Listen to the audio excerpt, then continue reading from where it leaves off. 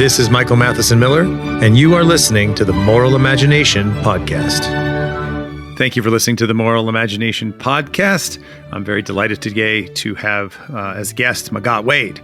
And so I'll get to her bio in a moment. But thanks again to all of those who have rated and given a 5-star review to the podcast. I appreciate you doing that. It does help grow the podcast. And thanks especially to those who have sponsored the podcast on Patreon or following me on Substack. That too does really help. So I appreciate everyone's support. So my guest today is Magatte Wade, and I've known Magatte for a number of years, and I'm really happy to have her on the podcast. So let me give you a little bit about her bio. She's a senior fellow at the Atlas Network, one of the leading organizations of African free market think tanks. She was listed as a Forbes 20 youngest power women in Africa. She was a young global leader by the World Economic Forum and a TED Global Africa Fellow. She has presented at the United Nations, the Aspen Institute, the World Economic Forum, TED, Harvard, Stanford, Yale, MIT, UC Berkeley.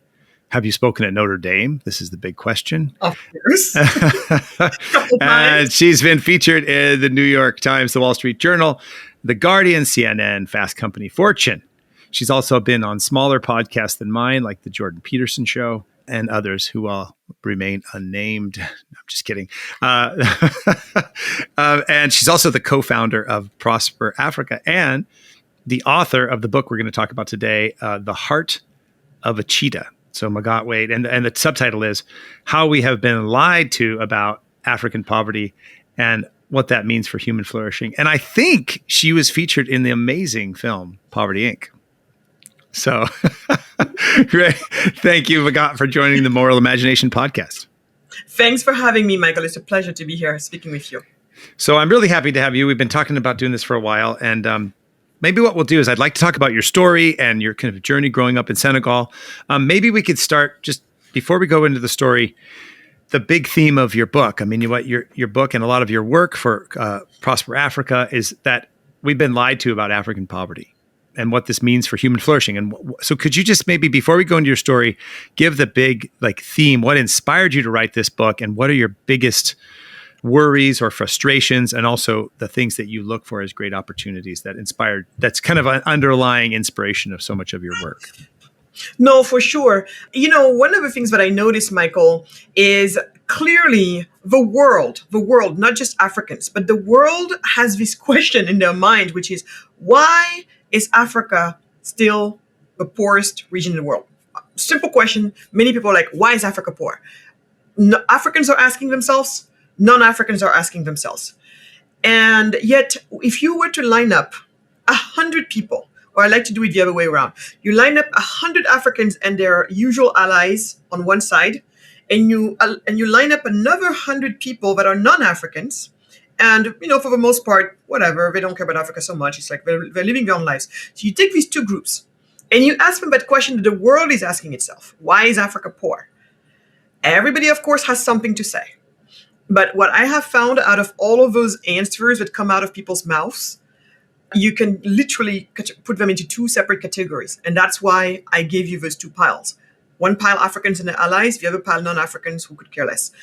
The African and their allies, all the responses that they give you, you can literally put them into little buckets. And I call them the usual suspects because it's traditionally these answers come back.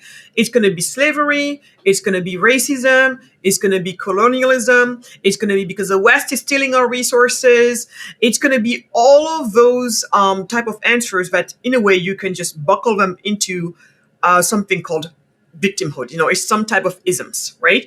And then the other side, the non-Africans on this side who, are not really fond of Africans or they don't wake up in the morning thinking, oh, how can I help? How can I support Africans?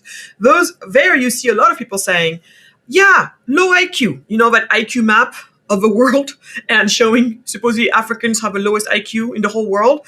And they're like, see, that's that's the answer. And then in the same group. So you have the IQ fury, you have, they're lazy, they're always fighting each other, just that typical thing. So very dismissive, borderline, flat out racist, if not borderline racist, right? And both sides will also point to the fact that we have corrupt leaders. So they'll say corruption, but what they mean by corruption is you guys have corrupt leaders and, there's corruption. So, but Michael, when I listen to all of those, the reason why I call them lies is because it's just not that. Like, take the IQ people, the laziness people. Then I want to tell them, if any of that was true, how come the same people, in this case, take just my parents who had to migrate from my country to Europe, in their case, you take the same people, same background, same name, this is the same person, and you put them, the minute they arrive in Europe, they can self-actualize. I'm looking at this equation where the only variable is the place these people happen to be in or not. So I'm starting to think it has to do maybe with a place. So you could see why all of those so-called reasons, at least on that group, to me are perfect lies. And then on this side also, when you have people talking about slavery, racism, colonialism, let's take the colonialism part. I think to myself, so the slavery part, what we tend to forget is, first of all, slavery is the history of man, as of history of humanity. That's just something that humans have been doing for the longest time. For the longest time, what people traded was other human beings. Does it make it right? Absolutely not. And thankfully, we have grown out of it, all of us.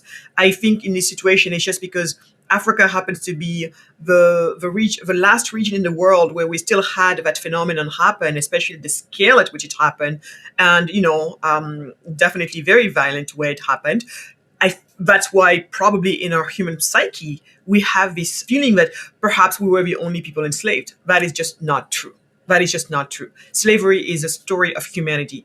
And so if that's a story of humanity, yet you want to tell me that slavery is what causes us to still be poor today, then tell me about all the people who have been enslaved, all of these societies that have been traditionally enslaved, and why they are no longer poor. Because remember, poverty is the natural state of man, right? So we should be asking ourselves more, what gets us out of that natural default setup? In any case, so for people talking about the slavery, that's what I would say. When people talking about colonialism, well, okay, let's go there. If the fact that we've been colonized, in the past is the reason why today we still can't go anywhere, then I will bring to you Ethiopia that has never been colonized. And yet, for the longest time, it was a poster child for poverty in Africa. We even had a running joke of, oh, what's a chubby Ethiopian? Oh, that's an Ethiopian that's showing off. Because for us, the joke among young Africans, at least young African kids like me, it was just that. I mean, they were the poorest among the poorest. And this was a country that had never been colonized before. Conversely, you take nations that have been colonized before, and even in our own countries, you take Botswana, for example. Botswana is not at the level where Singapore is in terms of economic prosperity today, but definitely doing way better than almost all sub-Saharan African nations. So, you could argue, tell us what happened there. And I won't even use examples like Singapore, using examples like Vietnam, that's really starting to really skyrocket. I mean, these poor people have been also colonized by the French, bombed multiple times. I mean, literally bombed senseless. And here they are today on their way to economic prosperity. So that too, I'm calling lies. And then people are like, oh, well, you are being naive if you believe colonialism has ever left our shores. Oh, what do you mean by that then? Are you talking about this neo-colonialism? Yeah, that's what we're talking about. There, I argue with them. It's not because we are neo-colonized that we are poor. It's because we are poor that we are neo-colonized. So that order of things, people really confuse them. So bottom line is, I look around all of this. Could the fact, yes, of course, if you have had all of those things happen to you, yeah, of course it might have slowed you down, but it doesn't mean you can't get to the other side. And proof in point, all of these other nations that surround us that are doing just fine. Thank you very much. So my point is, I look left to this one group of 100 people, Africans and their allies, right to these other guys, who seem to all have in common their common buckets, laziness, IQ fury, basically flat out dismissing and racist towards African. And both sides to me are like, I'm like, lies, lies, lies, lies, and lies. And so, because think about it.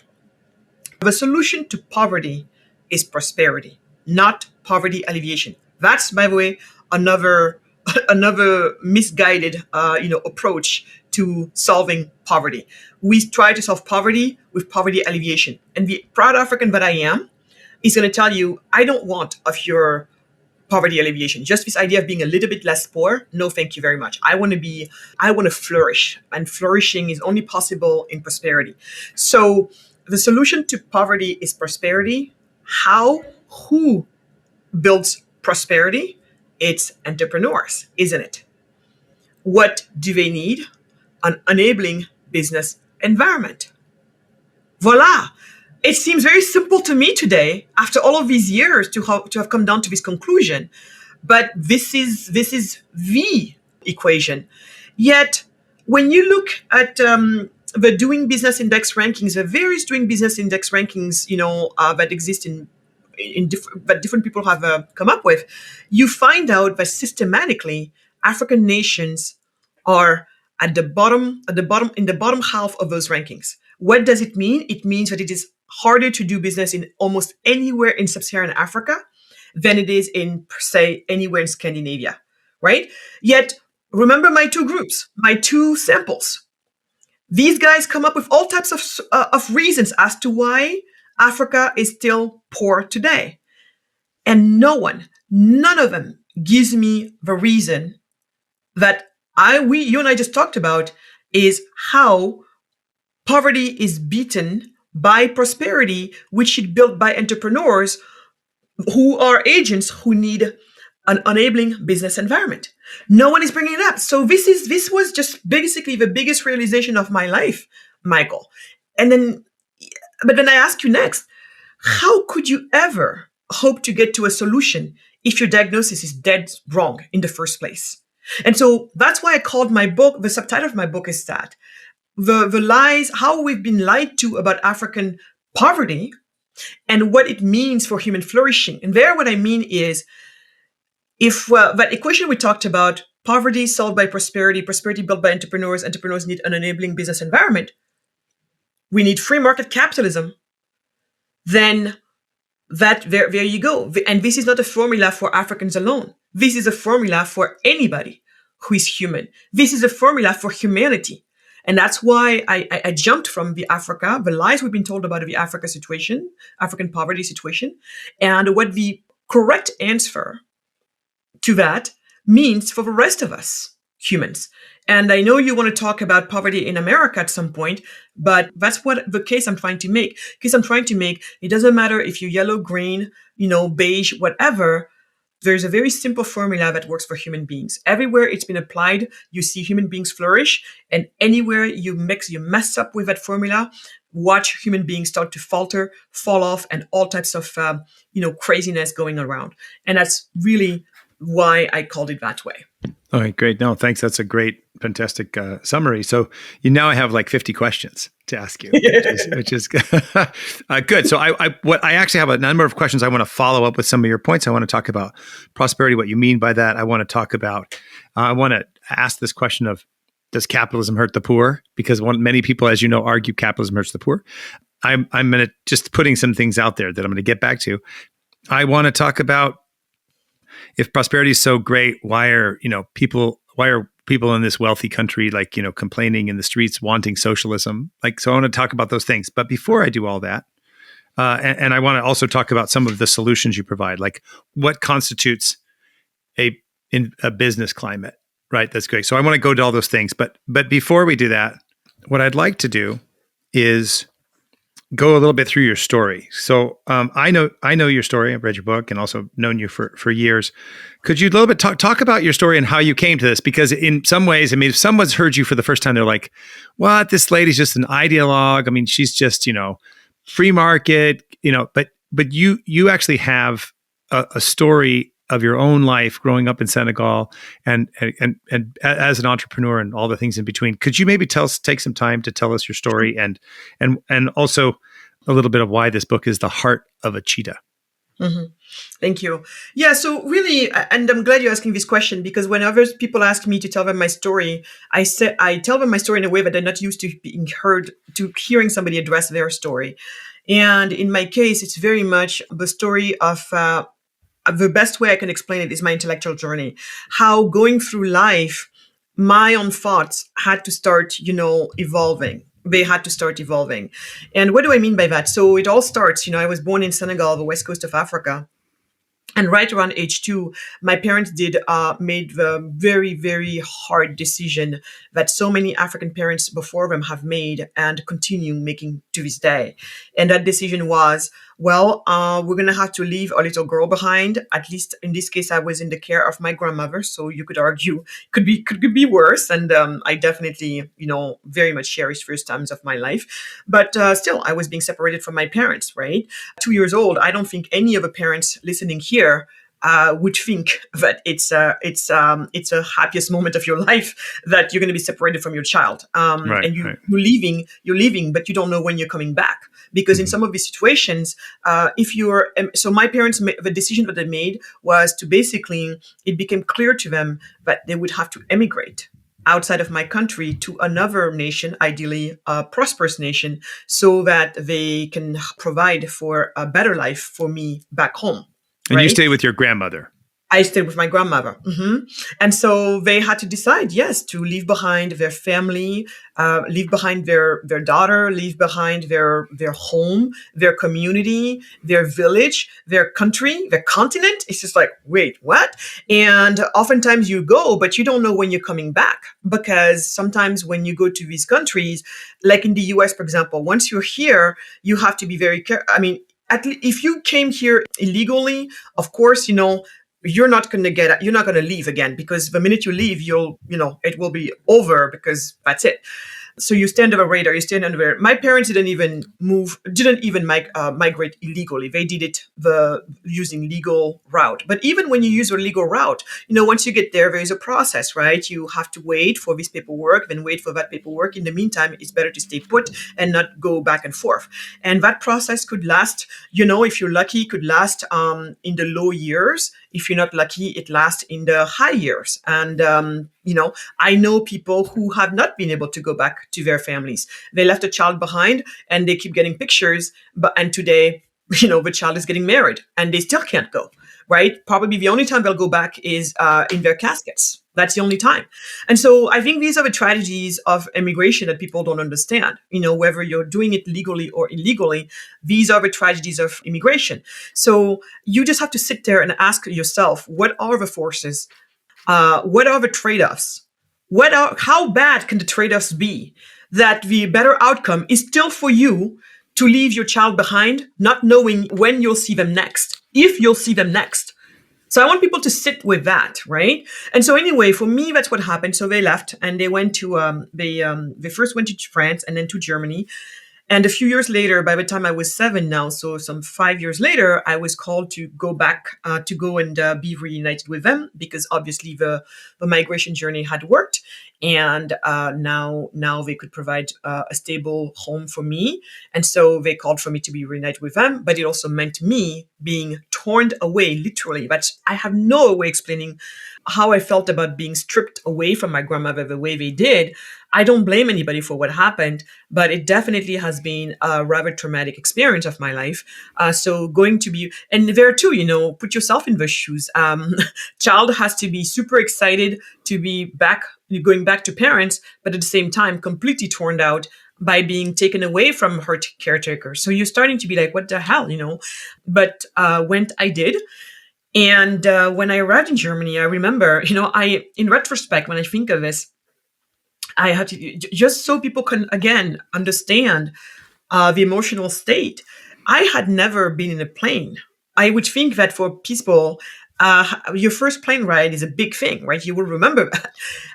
I don't remember my first plane ride. It was the first time in my life taking a plane ride. And it was a big one, a big plane probably. But I don't remember anything from it. All I remembered was the pain of leaving my grandma behind. All I remember was anxiety. I was not even able to think about the joy even of the other people I would see on the other side. It was all about leaving her behind, right? Mm-hmm. And so... were you by yourself? Sorry. How did you have like a family member? Yeah, 12 of my aunt, my mom's younger sister. Okay, so you had a guardian that was actually a family member, as opposed to like, a child just being, sent with like some unknown. So it was a known guardian It was a known guardian. But even that, what I'm Still. trying to say is that I didn't even remember her. I could care less. I could care less about anything and anybody. All I remembered was grandma, and why is she not coming with me? Why are we being separated? And that really was, it was really bad. And then arriving in Germany in the middle of a winter for a little African girl who has always been, cold weather. I mean, it's not that in Senegal, because we have the same temperatures as in Hawaii, on the coast of Senegal. But, cold weather is not, especially snow level type weather. Are you kidding me? Or below freezing temperatures. So that too contributed also to the big, clash and chaos. But then I remember, so grandma, why is she not coming with me? Fine. I arrive in Germany, then another huge slap in the face, and not slap as in somebody slapped me or it was even a bad thing, but it was just like, huh? And I remember this question in my mind was just like, how come they have this and we don't? And the reason why that came up was not only these roads that were paved, but I remember later that day, mom saying, oh my God, it's time for your shower. And me being like, huh? Where's a bucket of water? I'm not getting butt naked in this weather, especially this cold weather. And my mom would be like, oh, come on, you silly, just jump in the shower. And I think for me, even my own mom had forgotten what it is back home like. Because when grandma says, Magatte, it's time for your shower, and we say, yep, well, the moment that decision is made, I know that there's going to be another 45 minutes to an hour before the water actually touches my skin. Why? Because she would have to drag her old little body to kind of stove some coal into a little charcoal stove and then start to try to fan it, as well as she could so it can catch on as quickly as possible. And we all know it still takes time.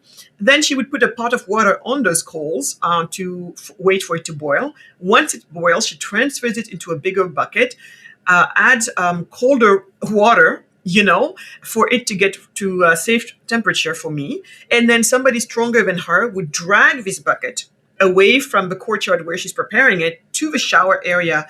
And there at last, some 45 minutes to an hour later, with a small plastic, cup, I could finally start to take my shower, taking water from the big bucket back and forth on my own skin, back and forth, my own body. And that's what it meant to take a shower. And then mom here is saying, oh, you just jump in the shower. I'm like, wait, what? And then you turn the knobs and all of this and the water's coming down. I'm like, wait, what? And I was just like, oh, something is going on over here. And whatever it is, I have been given the short end of a stick.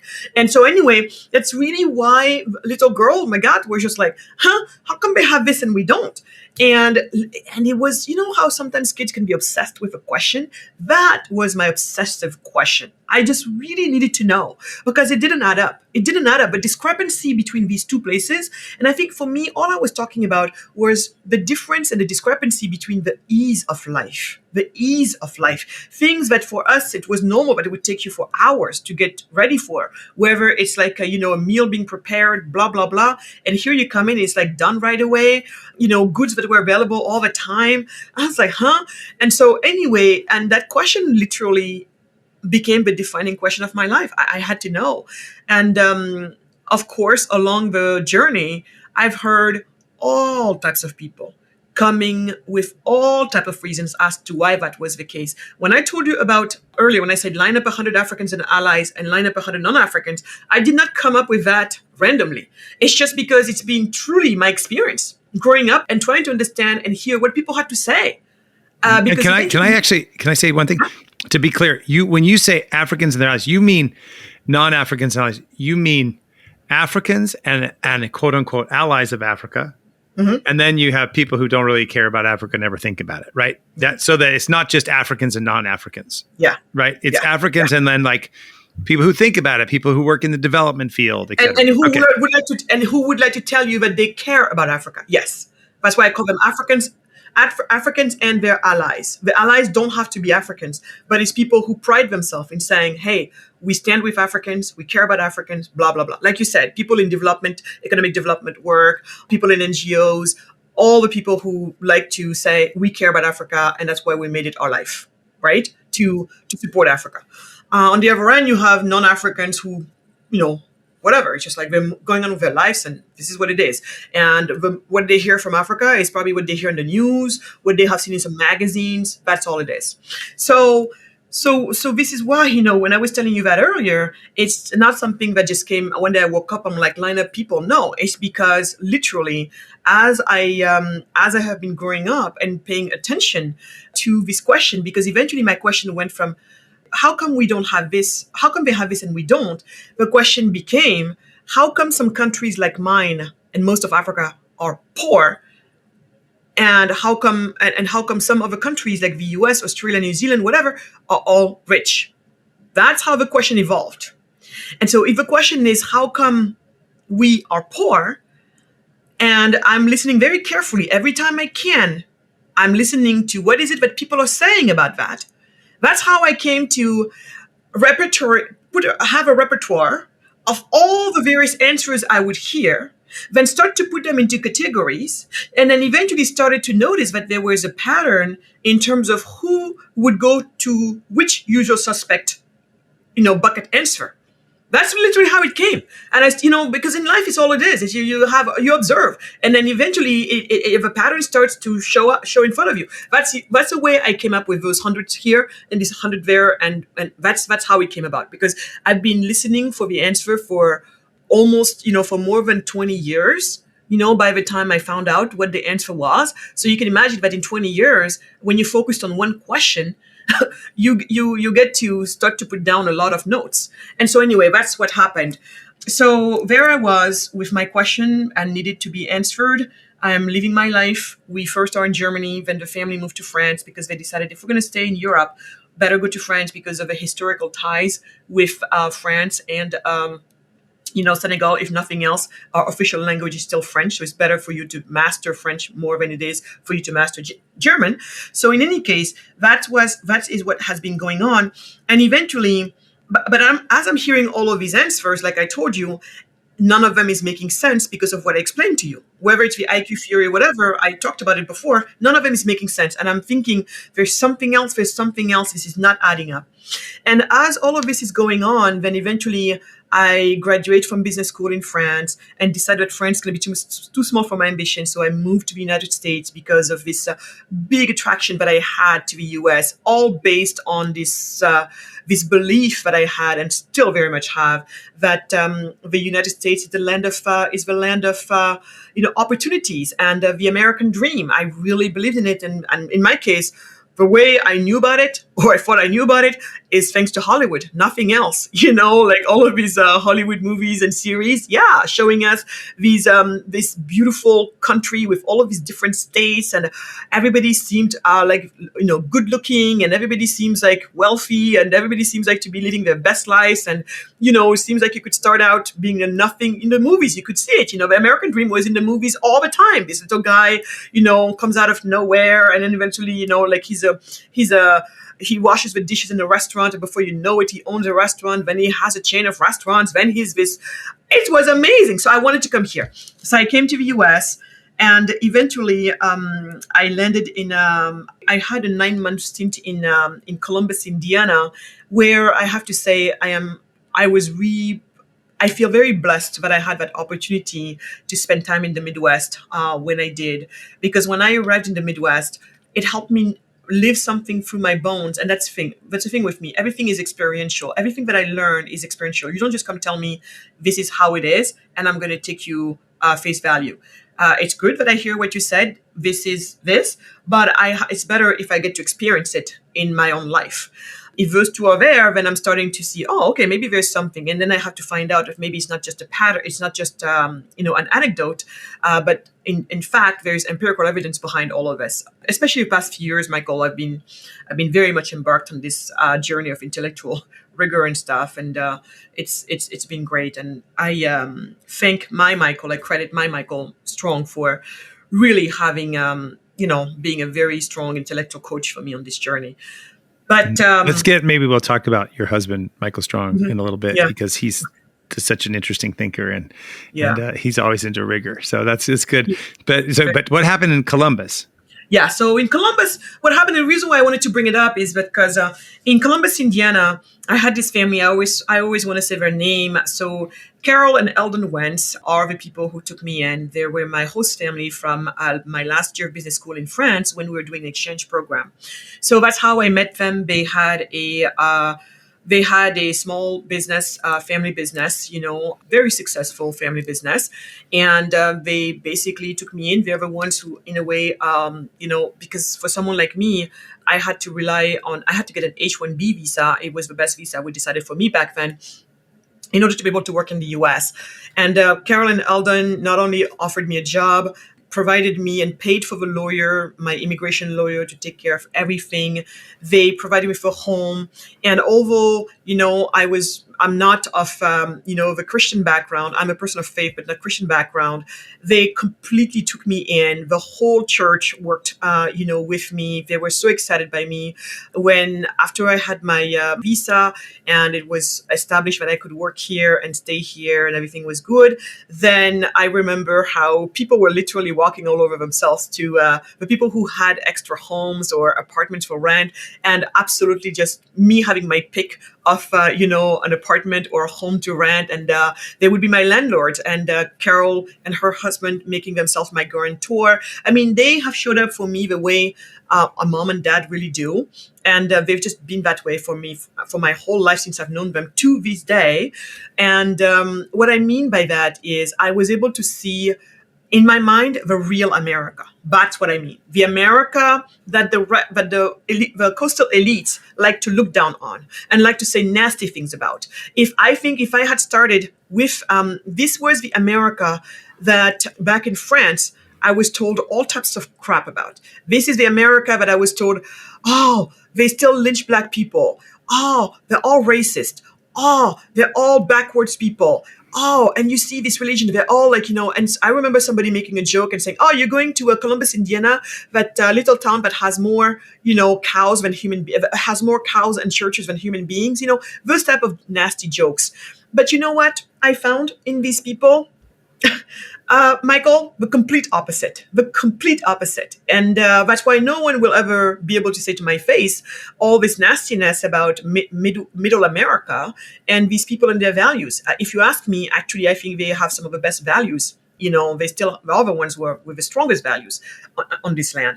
So in any case, that was my experience in the Midwest, and that's what happened. And it was very formative for me.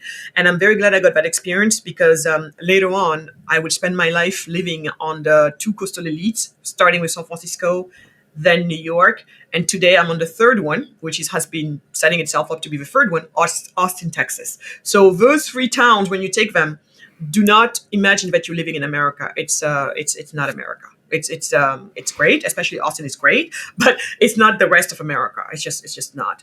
So what do you mean when you say that? When you say it's not America, what do you mean?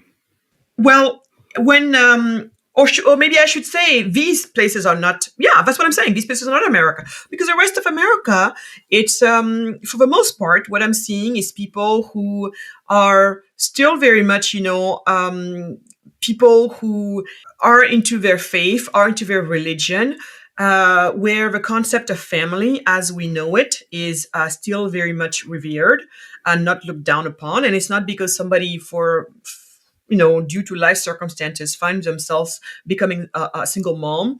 But you don't see people, trying to make it sound like being a single mom is just what we should aspire to, for example. It's places where I think we still understand that children need, two parents ideally. And then it's not even a matter of, what the sex of parents are, but people understanding that a child needs to be well surrounded, right? And that's why some of us still go for the concept of family as we know it. I see, the values of faith and religion to me, which I find very, very important. Also, people who are just no nonsense when it comes to doing business. It's not those other places where I didn't see people. It took me to come to these other cities like San Francisco, especially, and New York, and now in Austin, and we're seeing that in Austin proper, like Travis County and places like that. that's where I would see people. That's when I actually started, hearing about ideas that only later, because at first I didn't know any better. I mean, I hear this, I hear that, whatever. But concepts that in retrospect are like, these socialist ideas. I started encountering those ideas in those cities. So what I'm trying to say is that in the rest of America, what you're seeing is very much down to earth individuals who are still living a very down to earth life for the most part. Yes, many of them, there are quite a number of them who are, have businesses that probably makes them millionaire. I don't know if you know that book, but The Millionaire Next Door, showing you all of these small and medium sized entrepreneurs and business owners who, have done very well for themselves. You couldn't tell if you were just looking at their, they have a normal size home with a nice carrot lawn or whatever.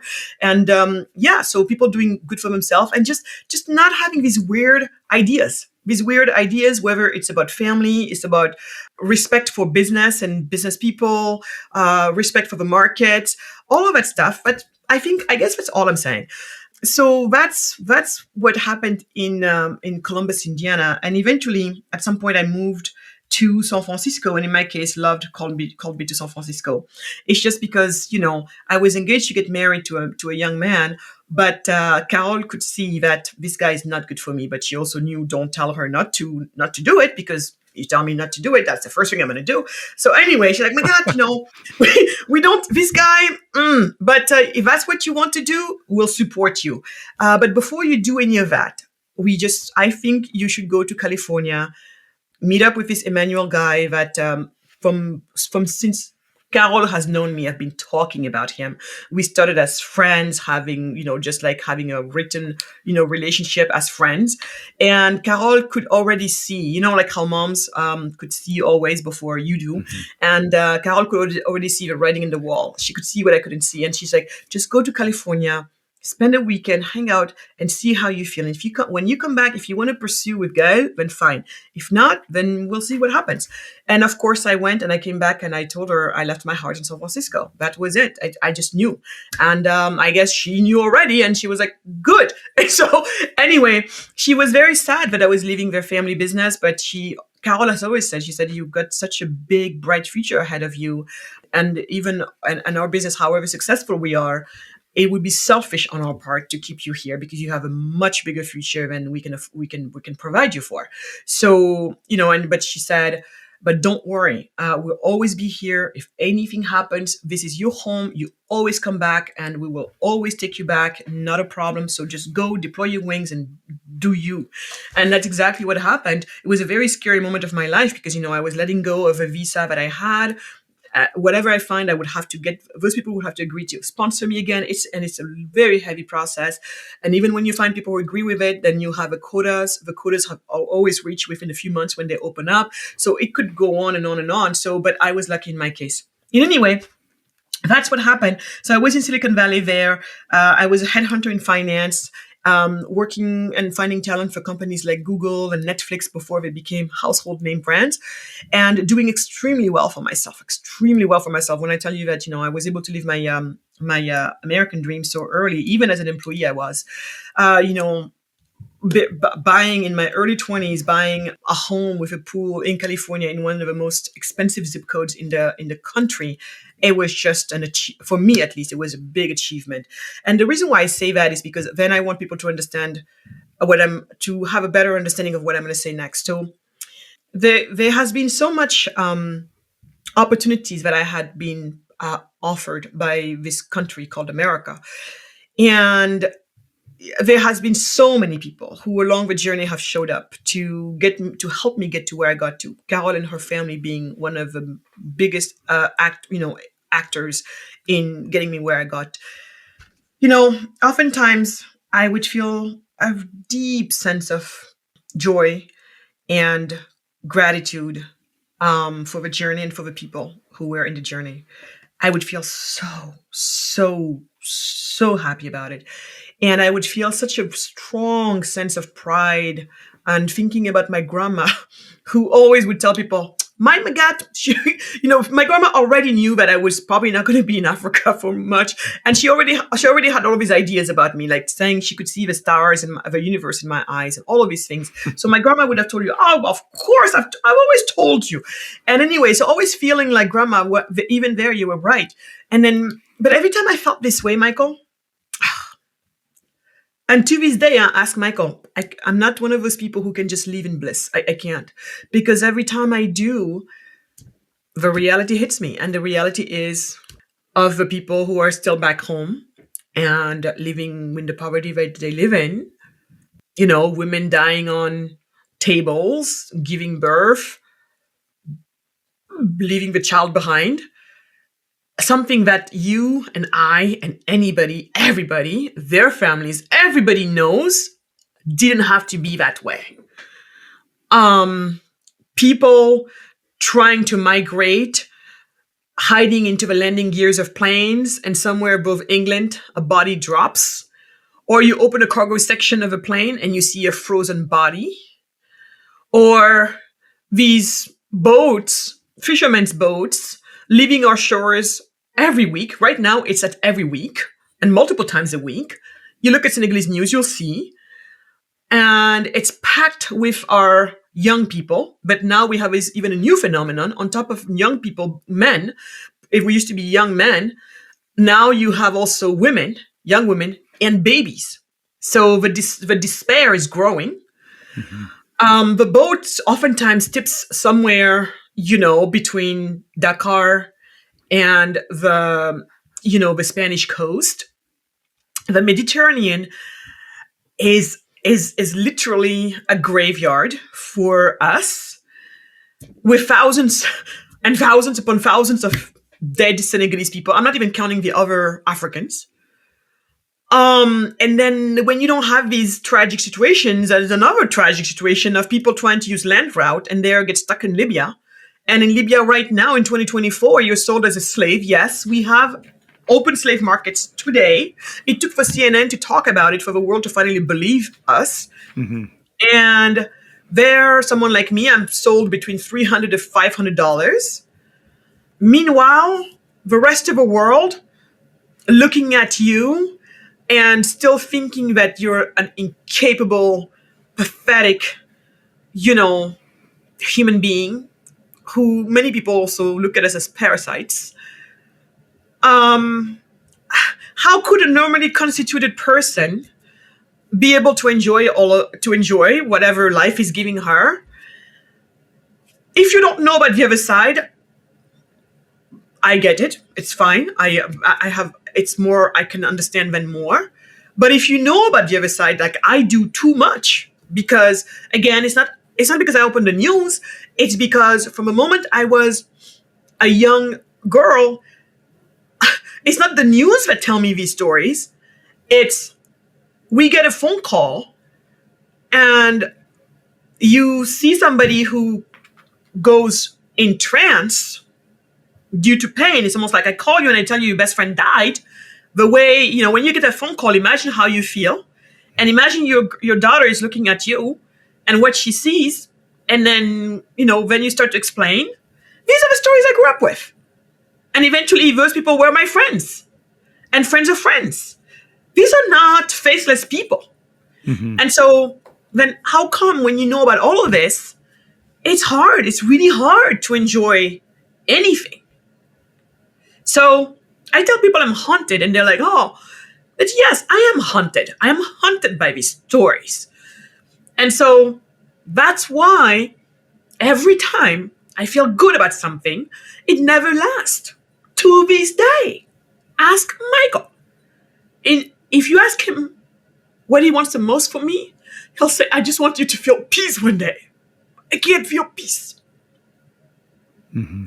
Doesn't matter how much I smile, I laugh, happy I look. I know no peace. I don't know peace. And I will never know peace until this continent's fate changes. And that's why I had to devote my life to it. Because one day, as I was having these moments, same thing, but until that day, it was when I was still a headhunter and doing well, like I said. And this one day, particularly, I was feeling really, really good. And but the next phase was really terrible, more dark than any other moment I've known since then.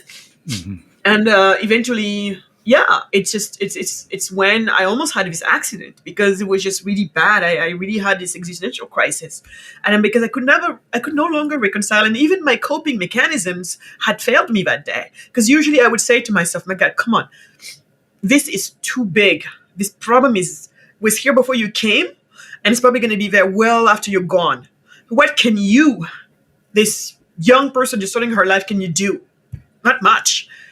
And then I would shove it under the rug that way, telling myself a little story of, what do you want me to do about this? And the best thing you can do is at least try to see if you can make your life work. It will be good enough. And if everybody does that, then maybe we get there. Fine, but that day didn't work anymore. And that's really literally the day I had to make a deal with God. And I said, I got out of the car, and that's it. That's when I made the deal that from here on, my life will be devoted to this cause of building prosperity in Africa. Not alleviating poverty in Africa, but building, prosperity in Africa. And so, and I think God is great in this way, that when he knows that you're serious about something, then eventually he starts to open all the doors, and he starts to open your eyes more and more. And he starts to put people in your path that are here to take you there. And that's why I say my favorite saying in Senegal is "Nit Nite Garabam." It means man is the cure for man, as in humanity is the cure for humanity. I believe that the way God expresses and shows his grace is through the hands of others, through the presence of others and what they do in your lives. And he definitely has provided for me all the way to where we are today, because along the journey, I just kept on going deeper and deeper and deeper into my apprenticeship of, understanding this problem. Today, there are some people who think I'm an economist, and I'm like, no, I'm not. But it's just how much work I've put into this. I've trying to compare notes, spending a lot of time with authors that I didn't even know about before, with thinkers I didn't even know about before. Since my days at Poverty Inc., there's just so much more that I had come to understand. But Poverty Inc. actually was instrumental on this intellectual journey, because it really was, it was helping me, articulate a lot of the things that clearly I had been experiencing, but then it was definitely planting these seeds that, as I was following them, then it took me again, fast forward to where I am today and even what I'm working on today. But in any case, all of this just to say that for me, I've come to all of this through my lived experience, looking at what my lived experience is showing, comparing it to how people are explaining it. And one set of explanation made no sense, but the other set of explanation made all sense. And then I started having to have these concepts, really clash with one another, and being able to see very clearly which one, made the most sense. And then I realized that this concept of free market capitalism and all of that. So for so many people, I think the people that I see fighting this literally, I don't know. It's just, it's very interesting, because I would say by now, I put the people who still with a serious face can look at the world and say that socialism or communism or various forms of statisms are the way for humans. I think when you say that is two things. You are definitely an ideologue. Definitely. And or you're just a lazy thinker. Because if you follow these concepts all the way down to the root, at some point, the reasoning breaks down. Now, it doesn't mean that the reasons why you want to support, it doesn't mean that the outcome you would like from these concepts is wrong. Because as a matter of fact, I believe we're on the same sides.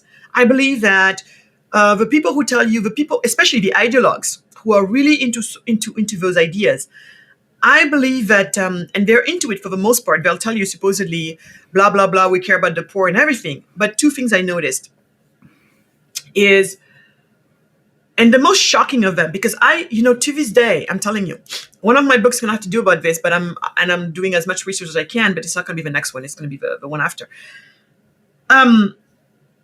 You know, I think the world complains, especially the socialists and the statists, they complain about greed in man. And when they think about the capitalist, they confuse greed with capitalism. And any normal person would tell you greed is in all humans. It has nothing to do with capitalism. Okay, there are as much greed in the socialists as there are in whatever. Greed is just us humans. But then I'm like, I really had to come to understand viscerally in my body what envy means, and that in the end, I think envy is even more evil than greed.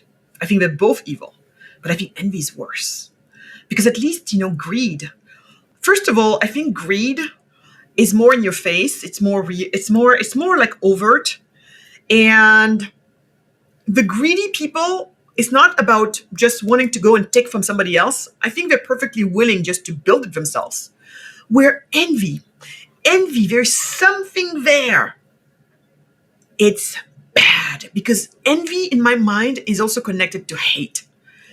And because I've been asking myself the question from the moment I understood that the only way for Africans to get out of poverty, this takes me back to the story because then it will close the story because then we would have done full loop. So made my deal with God that my goal is every breath I take, every breath that God gives me, I want it to go towards the betterment of my country and beyond my country, of my continent, and as a whole, for Black people to become recognized co-creators in innovation and prosperity in the world, global co-creators. Then it was important because then I really had to try and understand, again, my question was there still, why are we poor? Why are we rich? And having put to bed all the lies, the usual responses that the world comes up with. While all of this is happening, I'm living my own life. Eventually I become an entrepreneur myself. Not because I was interested in making money, but because I was profoundly moved by the fact that my culture, and in this case, what it was just this hibiscus drink, what we call the bissap. It's a product that you see a juice. For me, it's a part of my cultural identity. Bissap is called the juice of Teranga. Teranga means hospitality. That is what the people of Senegal are known for. So this is part of my cultural identity, of my cultural pride. And we have a juice that personifies it. So you can imagine why it's so important. It's not just anything for me. But then just to go home and to realize that this thing is disappearing because our people have this complex of inferiority that anything that's indigenous to us is bad and anything that's coming from the West is good. It's not the fault of the West. It is just what it is. Mm-hmm. And so there we are. And beyond, so not only am I I'm seeing that literally a part of my culture disappearing, but I'm also seeing these women. These are the women who used to grow the hibiscus. It's primarily women who grow the hibiscus. Now that people are no longer drinking the juice, why do we need the hibiscus? So these women are losing their livelihoods, which means they're falling deeper into poverty, leaving the countryside where they used to grow these things to now pack themselves into cities in search of a job. Many of them ending up as domestics in homes, but in many situations, abuse, sexual, everything, right? Some of them are on the streets, begging with the children next to them. This is horrible. So when I realized that, I'm like, oh my God, my culture is freaking dying on this side. And then people literally are also dying, literally. So, and then that got me really angry right there. Another piece of, oh my God, I was so mad. And it's out of that disappointment and feeling of despair that actually came the idea of creating a business. Because my husband of back then, Emmanuel, remember that I went to San Francisco to be with. Unfortunately, he passed away once I started the company. But Emmanuel said, Magatte, this anger of yours, it's energy, but it's negative energy. You got to find a way to turn it around for it to become a positive inspiration, which is positive energy. And I guess that together with my whole thing of criticized by creating that we were raised with, that whole concept, then it became the answer started to put yourself in the map. So I did not become an entrepreneur because I was like, oh my God, I want to be an entrepreneur. Oh my God, I want to start a business. It was just, hello, this is what you have to do. And so as I built my business, my first business, we had a sister company in Senegal and a sister company in the US. Senegal was in charge of a whole supply chain, side. And then the US side was, research and development, sales and retail, promotions, marketing, all of that stuff. And then the business, just quickly. So the business, it was a juice business, right? Yeah, this one was a juice business, Adina. Right, hibiscus, Adina. Yeah, Mm-hmm. yeah, Adina. But then what all my businesses have had in common since then, because now I'm building my third one, what they all have had in common is that the sister company in Senegal and another sister company in the US. Today, the sister company in Senegal actually manufactures the product. So we have even gone higher up in terms of, how much we get done on the ground and the type of jobs we're able to provide and how much better it is for everybody. But the first time I did this, it was in 2003, 2004. Michael, I was just like, huh? It was just the discrepancy in the ease of doing business that I was noticing. Right. And back then, I could not have spelled it out this way. Today, I call it easy doing business, blah, blah, blah. But back then, it was just like, are you kidding me? How come is it over here? Takes me like a few minutes to set up an LLC. And here, back then, it took me almost 2 years to set up a legal business. I mean, can I just, before I want you to go with your story, but I think that's just like a hugely important point that we maybe don't want to pass over. You, of course, know, we talked about this in Poverty Inc., but Hernando de Soto did that study in like Lima and Egypt and different places. And I think the best example is the one he gives in Lima, where he sets up a little sewing machine shop with 2 sewing machines. And he got, I think it was like 4 or 6 student lawyers to go around and to register the business just like a poor person would. This is really important, right? Not like you don't know the minister. I mean, and in your case, probably in Senegal, because you were kind of coming back, you had your American company, your entrepreneur, San Francisco, you even had a little bit more opportunity. If you're just don't know anybody. So he said, do that and see what happens. And I know you remember this, but for listeners, it took 289 days to register the business. Yeah. Well, I mean, so this line, I repeat often of De Soto is the legal systems are simply unfriendly to poor people. There's just so many laws, so many regulations, and it's oftentimes large corporations or entrenched bureaucrats that create this whole complex element that regular people just can't navigate. And I think that's something that obviously you know well and have had to go through, but I think it's something a lot of people don't realize. And so you ask this, go back to this kind of question like, oh, their IQ is low or they're lazy or whatever. Well, actually, maybe they're incredibly intelligent and making a good decision that if I invest money in land and I don't have clear title and it can be taken away from me and I can't register my business and it could be, and I can't get my court case heard and I can't participate in the informal economy and all these regulations are going to make it impossible. Like you're not stupid to not start a business, right? And yeah. I think people just don't really realize that. So I want you to go back to your story, but I just think it's a really important struggle. So here you are and you're like, wait, 2 years. And you could do that in 2 days in the United States. Exactly. Less than that. And so that's what it's very important that you brought up what you brought up, because back then when that was happening to me, I didn't know of Hernando de Soto. If anything, when I was going through all of this, I was very much on the left of the left. I was very much this person who was like, I was barely starting to come to the idea that this is where I was. Aid is good. Trade is better. I had not even been like, oh my God, aid is problematic or foreign aid is a disaster. Wow. I was like, aid is good. No, literally. I think this is what people need to understand. So that's why anybody who wants to catalog me as an ideologue, I'm like, good luck with that. Well, that's funny. Sorry, but it's so funny to me. I mean, again, I'm laughing at this. Listeners who know you will also get a kick out of it. But like to hear the words aid is good from a God, mm-hmm. I mean, that's pretty funny because... I thought it was such an advancement in me because I was this person who was fighting all the time, big business. And I was so upset that Starbucks was allowed to even be able to buy organic beans, not even understanding, or fair trade beans, because I'm like, oh, this is greenwashing, not understanding that we don't care. I mean, Starbucks buying, I mean, this stuff, it just elevates everything else. Anyway, I didn't understand any of this stuff. I was like, it is good, but trade is better. So that's pretty much where I was. And it was just really That's a good start. Yeah, I know. So that's where I was. But at the same time, I'm getting my ass kicked all over the place with a lot of these examples that you're giving, because it was not just about, so here he talked about even just registering a business legally and all the hoops they had to jump through in Peru. We had all the same type of nonsense, right? And I'm not even going to go into the cost of these things, how much it costs. You have to have these notaries, and notaries, in civil law countries like mine, it's not about paying $25 or $5 or even free signature from some notary guy who has the stamp. These notaries in civil law nations are almost like lawyers, right? And you can imagine the cost of these people.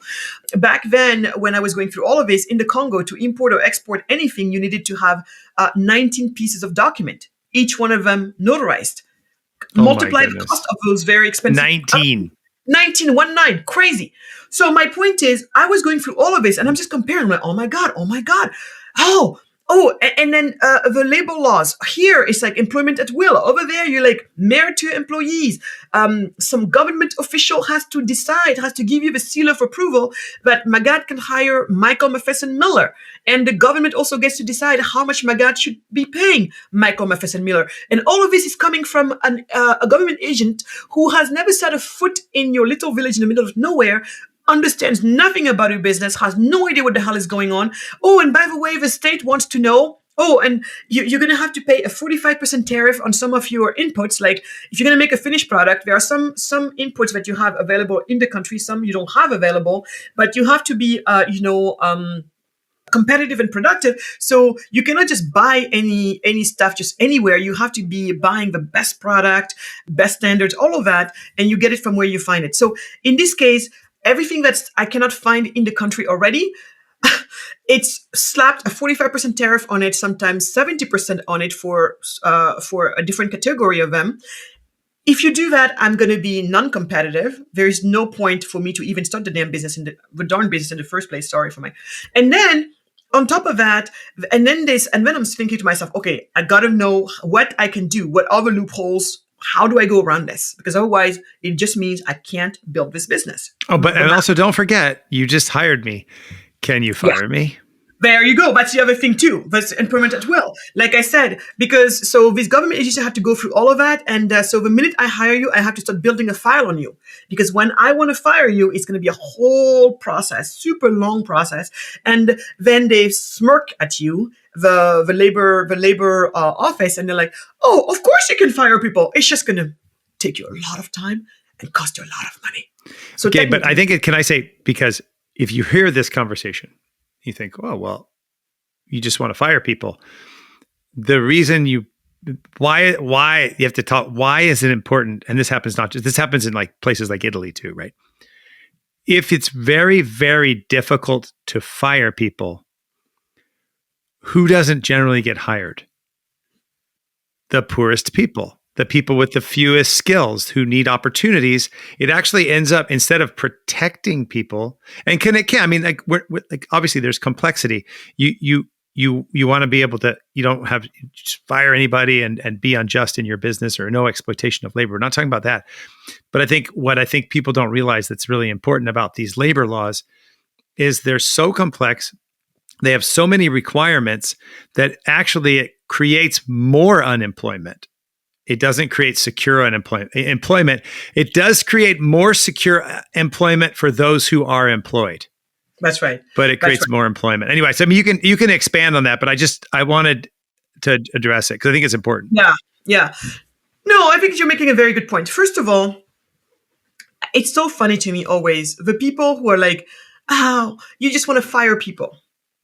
Tell me that you're not an entrepreneur or a business owner without telling me you're not. Because people have to really think. Do you know how much time it takes to find the right employee? Do you know how disruptive it is to the business to not have the right of the position filled by somebody. And A, the time it takes to find them. B, once you find them, train them. And once they're trained, do you really think we are just like, oh, and I just want to fire as quickly as I can and bring in somebody else, supposedly because they're cheaper? No. If anything, put yourself in our shoes. How many times even have you, let's say you're not an entrepreneur, let's say you're not a business owner, let's say you have never dealt with an entrepreneur, with an employee. Just think about the different people you have helping you in your life. Whether it's, I don't know, the person when you go to your grocery store, you're seeing this clerk who's passing your thing, good, person doing a great job. Like, we all know when people are doing their job right, the last thing you want is to lose them. And you'll do anything you can to keep them. So this idea that we're just here to toss people left and right, that's the most insane thing I've heard. And tell me you're not a business owner without telling me you're not a business owner, because you just don't understand. It's better for me to pay you more than it is to try to get rid of you and start all over. That's number one. Yeah. Can I say one thing real quick? Don't forget number two. I just was talking to this man. They're doing this project here in Grand Rapids and some other places. It's called The Source. I can put a link up, but anyway, the point, he's a business owner. He has businesses, and he realized, and he got other business owners to join him in this project. And the whole project is what is related to your very point, that he realized sometimes if I want to help people who are poor, this is in the United States, actually there are poor people pretty poor on the edge who work for me. And they're getting benefits, and they have to navigate bureaucracy. It takes forever, and they have to miss days of work. And he says this thing people don't value poor people's time, which I think is really, really exactly correct. And so, but anyway, one of the things he said, okay, let's figure out a way to help poor people, and those are low income, who are struggling, who are working for us. We can help them help them get better benefits, help them navigate some bureaucracies, help them to make sure that they have help, so that they don't have to miss work. But anyway, it's more complex than that. But one of the things that was very interesting, one of his selling points to businesses is precisely what you just said. Turnover is incredibly expensive and difficult. You want to keep your best workers. And so I think that's creating creating obstacles to keeping your best workers, or creating obstacles for employment. I mean, these things are they're often more complex than people first think through. That's right.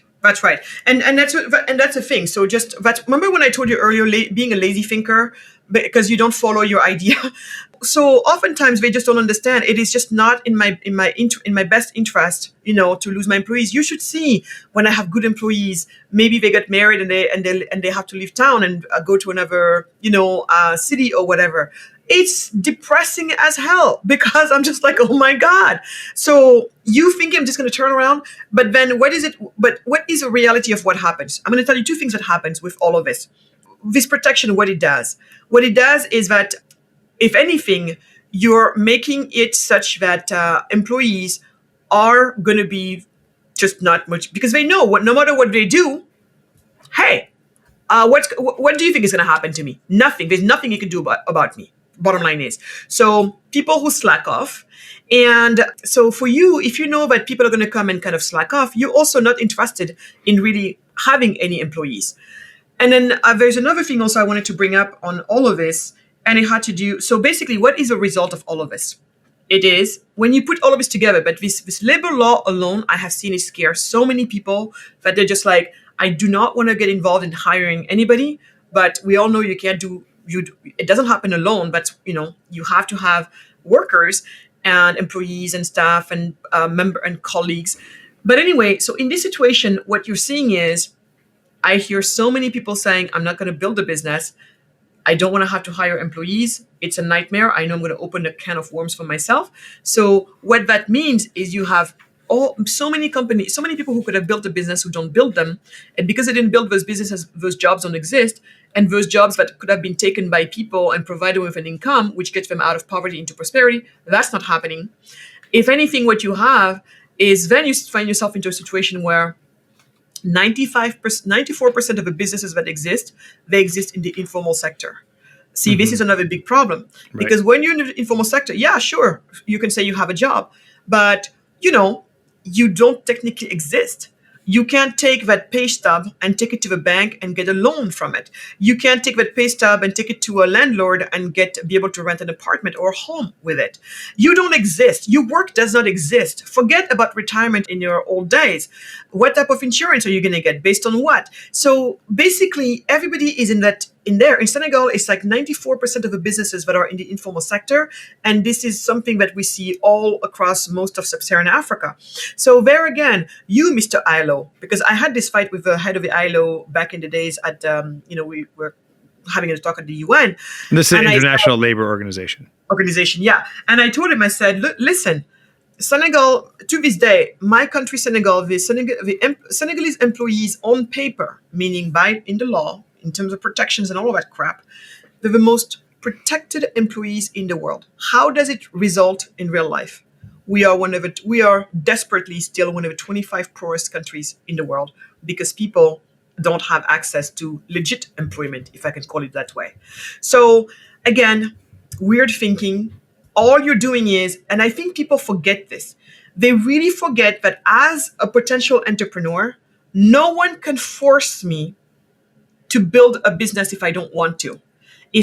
Like you said, entrepreneurs are not stupid. I think they're among the most pragmatic people. Let's not even go on the IQ level, but at least when it comes to being pragmatic and street smarts, they're some of the most pragmatic people. They connect the dots, and if the math doesn't add up, they're just like, or the cost benefit analysis tips in the wrong way, they're just like, we're not doing this. We're not doing this. And so I think these people forget that it's not because we could set up a business that we will set it up.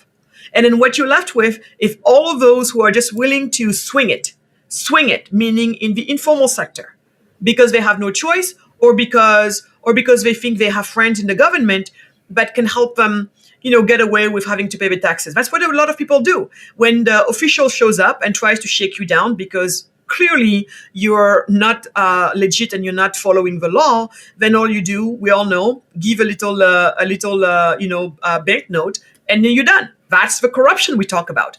But even there, I try to explain to people that corruption didn't happen in a vacuum. If this person could not come to you and say, Magatte, you are operating in your business, you're having to operate this forklift. Do you have a forklift license? Or the person who is driving it, does it have a license? That's a regulation right there, right? If that regulation didn't happen, this authority could have nothing to come to you and say to you, this is the regulation, are you compliant or not? So every single piece of regulation means an authority has the authority and the control over you to see if you're compliant or not.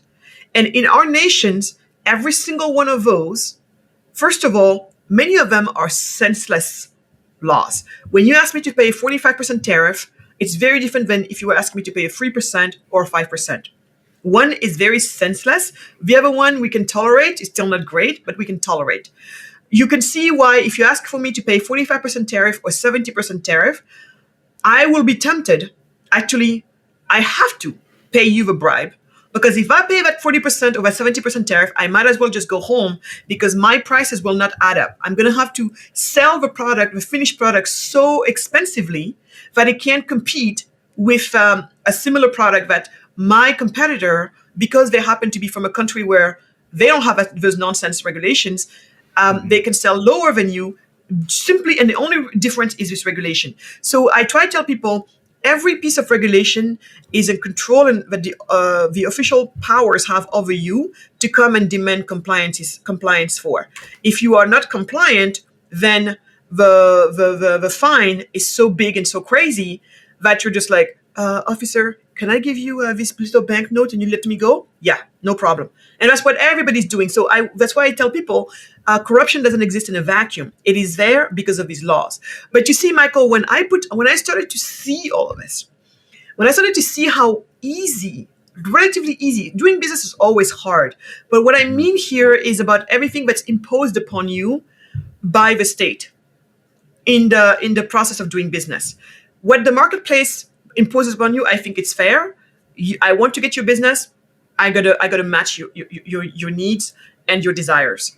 But these artificial laws and regulations that governments decide to put on us, I'm finding that, in America, it seemed to be just much easier to maneuver, like to move through things because it seemed to have less of that. The employment laws. I mean, America seemed so simple compared to Senegal. Registering a business, same thing. All the steps, all the money cost, all the place you have to go to, the time you have to wait. Everything felt so much simpler in the US than it was in Senegal. But guess what? When that was happening to me, I noticed you would have to be blind to not notice the discrepancy between the ease of doing business in both places. But my first reaction was, of course, it's because we're poor that it's so cumbersome. And conversely, it's because they're rich that it's so easy to do business, right? Just like when you're thinking, we're poor, that's why our roads are bad, whatever. So, but then just come to think, but wait a minute. You're poor because you have no money, at least not enough money to take care of your basic needs. You have no money because you have no source of income. What is a source of income for most of us? It's a job, isn't it? Right. Oh, where do jobs come from? Oh, the private sector. Okay, these entrepreneurs with businesses, what do they need? An enabling business environment. Oh, but wait, you just told me that over there, it is super hard to start and run a business. And here it's super easy to start and run a business. When that popped, when those deductions happened in my brain, I had my aha moment. This was it. God had answered my question. It was just today with everything that I know, I'm like, duh. But man, it was not an easy path from where I was to where I landed. And then when I landed on that, it made so much sense. So much sense. So I felt like finally I had my answer. And then I started looking, and that's when I discovered the world. And that's actually around when Michael and I started being together. And he opened, and, as I was seeing this, and I remember even talking to him about this, we were having long conversation, and he was smiling, of course. And then he started sending me material from offers I've never heard about before. He started me, and I was just like, oh my God. So this has been reported. There's empirical evidence. This is insane.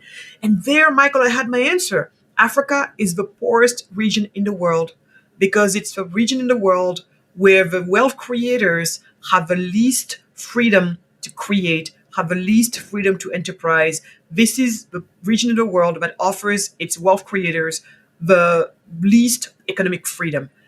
And I was like, wow. And then go back to my two samplings. 100 people here, Africans and their allies, non-Africans. Do you remember when I told you when they bring up the reasons why we're supposedly poor? Guess what? None of these people sides, ever. I never have heard any of them, to this day for the most part, say Africa is the poorest region in the world because it is the most overregulated region in the world, because the lack of economic freedom is just spoiling it. And that's why when you connect these dots, you can see why free market good for the poor, because the poor are after these jobs that provide them with this income that allows them to provide for themselves and their families and start climbing the ladder, the economic ladder and social ladder. If you keep us where we are in this lack of economic freedom like we are now, we don't have free market capitalism right now. We do have crony capitalism. Oh, you betcha. Because when you make it so hard for everybody, for little Magatte and big multinational, for everybody to be able to jump into the same pool, you don't have to have an army of lawyers to help you navigate through the meanders of these regulations. Magatte doesn't have to know anybody in government. She can show up with her courage to work, her willingness to work, and her great idea, and she can go head to head with these multinationals. That's how it works. Google was a tiny company once upon a time. Apple was super tiny compared to IBM. IBM was the Goliath, and David took Goliath down. But that happened because David and Goliath got to play by the same rule, by the same simple, easy rules. And this is what we don't have. And until and unless we have that, we are stuck with multinationals at the top who offer the few coveted jobs we talked about, but everybody wants because once you get them, they're super protected. But nobody else wants to do anything because, are you crazy? As a small company, I can't afford this crap. But we all know it's the small and medium-sized enterprises that build the bulk of the jobs that go to the bulk of the people. So this, I would hope, helps people understand the connection between free market capitalism and wealth creation, which then helps people get to flourishing lives, rather than, I mean, come on, where we are now is the proof. And by the way, what I'm saying, like I said, the empirical evidence is here. I'm not making this up. Throughout humanity, in times and places, this reality has just been our reality. You see countries that very much the same people, same culture, same everything, West Germany, East Germany, South Korea, North Korea, same people. But one decides to run on this one software called free market capitalism, then you see them thrive. The other one decides to run on the most rotten, economic software you've ever seen, called communism or socialism or Marxist socialism, depending on, which form of statism they're practicing. But they share statism in common. You see them always, they end up nowhere. Nowhere. You can take a country that has worked really well under free market capitalism, you start to creep in there some statism of various sorts, and then you start to watch it falter. So my point is, this stuff has been proven time and time and time again. Now, what I think we're going to have to do different, because right now we're in the middle of that war of ideas again. And I believe we will win again. We will win again. Free market capitalism is going to win again, because that's the only thing that works. But where we have to be very careful now is that we have to really make sure. I have been asking myself, if indeed free market capitalism is so good, why is it that the very people who benefit from it the most, meaning people in prosperous nations, why is it that they turn their back on it? Why is it that systematically, in a cyclic way, every so-called, few decades, we have to go back to the stupid question of, does socialism work or is capitalism better? It's nonsense. But so I have been asking my question: is it a feature or a bug that the prosperity that comes from free market capitalism also lead its beneficiaries to this? I can't call it anything else than we take it for granted. We become complacent. That's the complacency. Is it a feature or a bug? And I think it has become a feature because somewhere along the journey, it seems like a deal was made that those people who were very clear about the free markets were just happy that they could have it, especially in nations like the US and all of that. And I think they had the free markets, and the other side focused on culture and education. But guess who wins the future? Culture and education always wins. So it seems to me like somehow, somewhere along the journey, a deal was made. Somebody like me, I mean, the people who traditionally are free market oriented, I think they were just happy having the free markets. And I don't think they spent a lot of time on culture, on the side of culture and education. Culture and education has been hijacked and captured by the other side.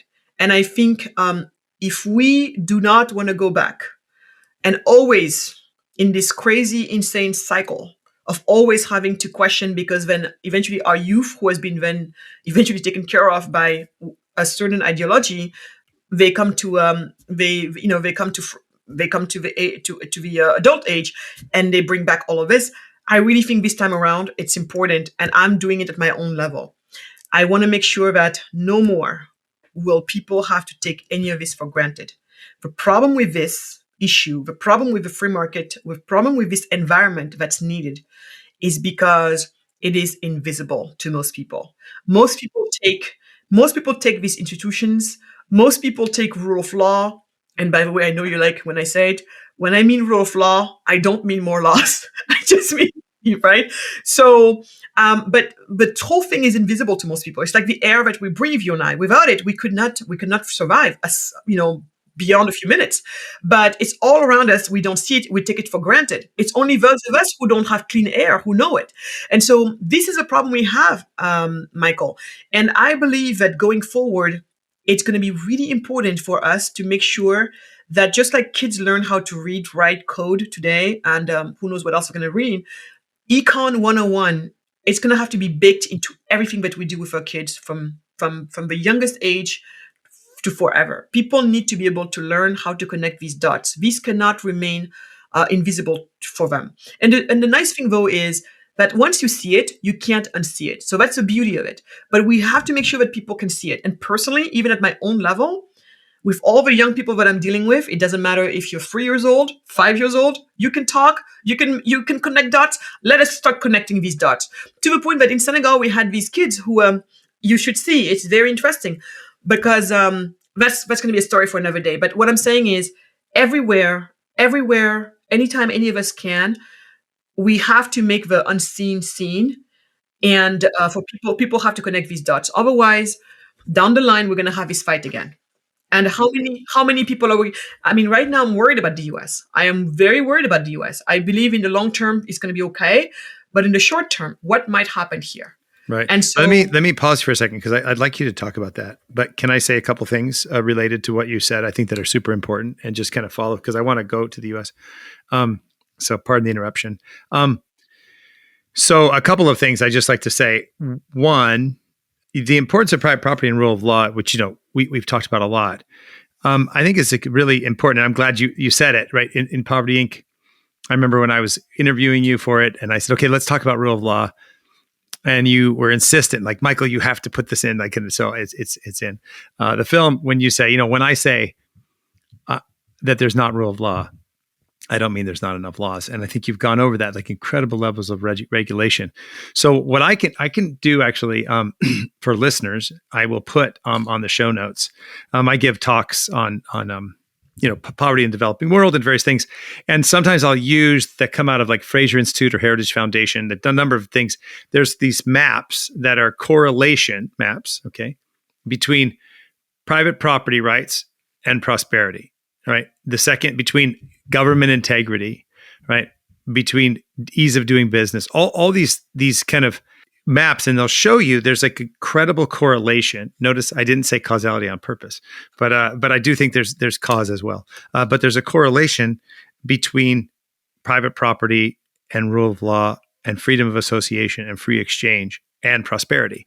And I think it goes to a very important point that you've made, and that when people, human beings, and again, so I'm a Catholic, so I'll use this language. Human beings are created in the image of God.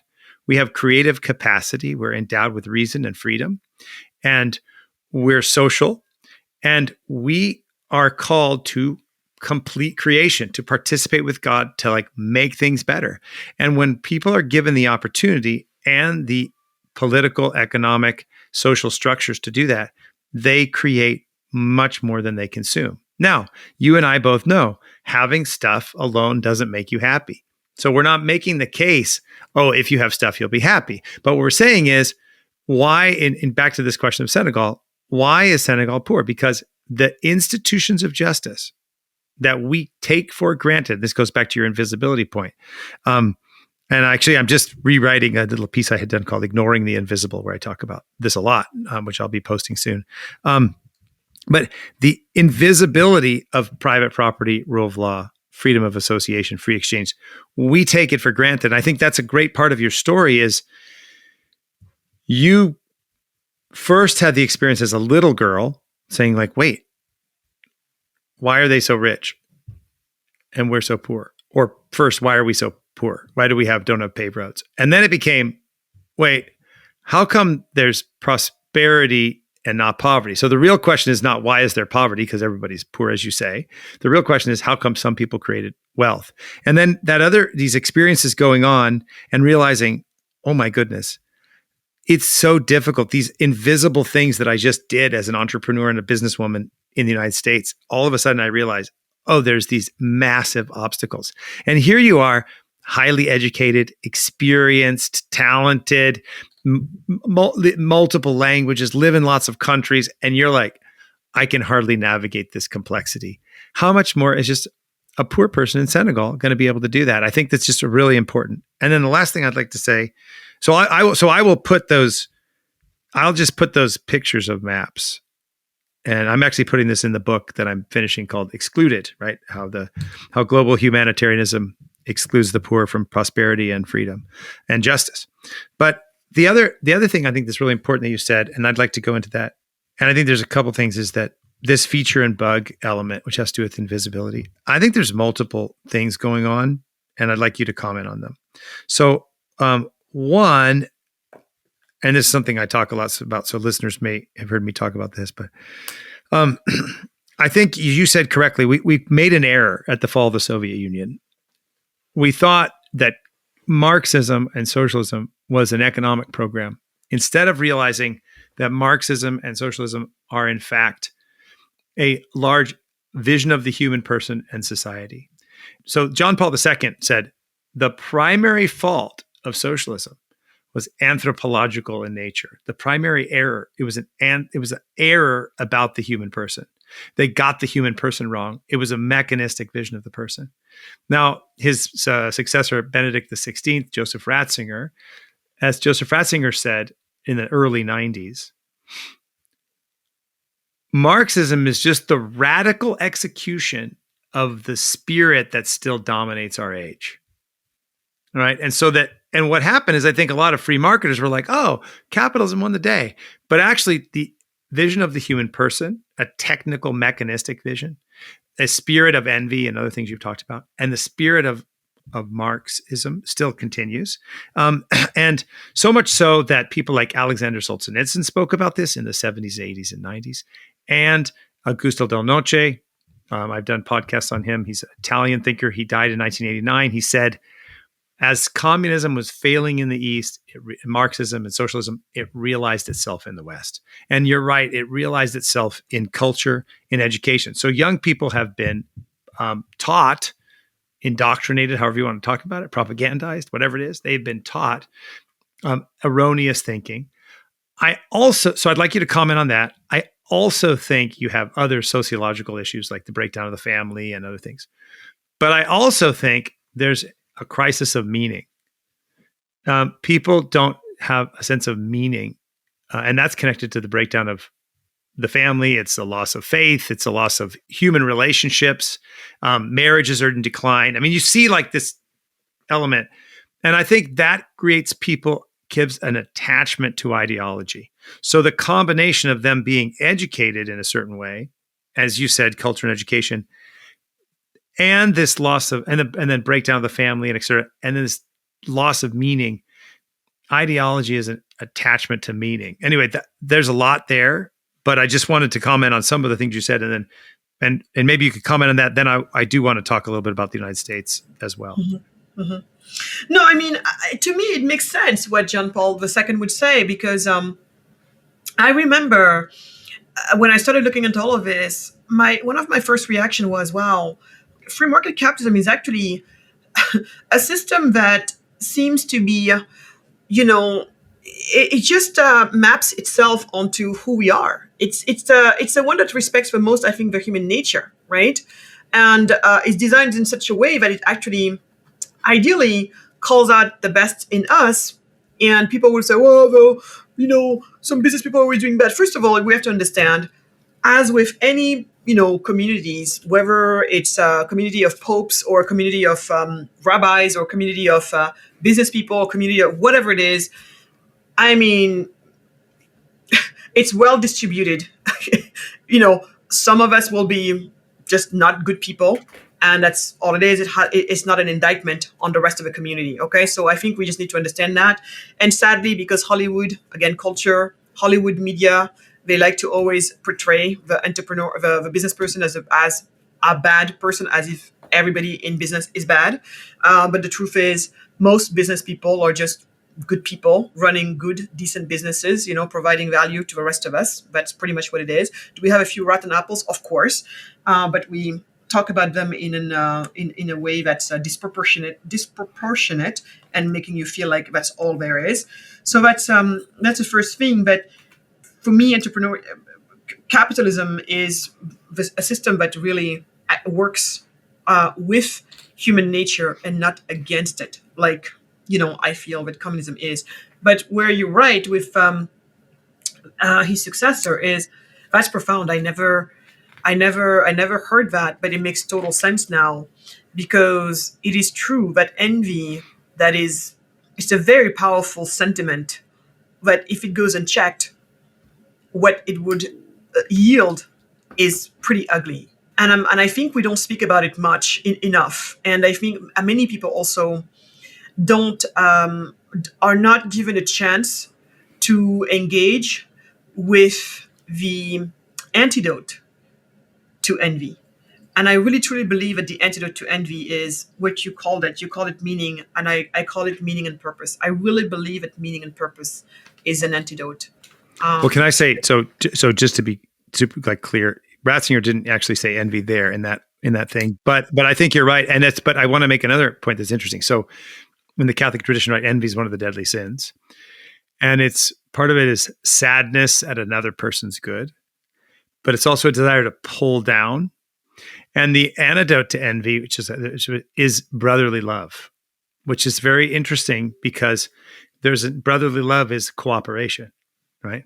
And one other just quick point, because I want to go, I don't want to get too far off, and I want you to go back to your point.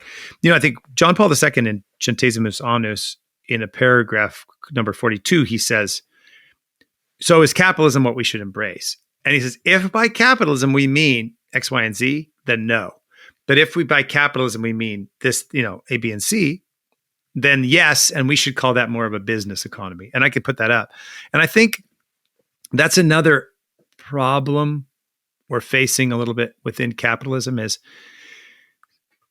Del Noce, who I mentioned, he makes this point, like, we have moved from, in the West, what he calls Christian bourgeois, that is a commercial society kind of founded on Christian principles of justice, private property, rule of law, to this radical pure bourgeois where everything becomes an object of trade.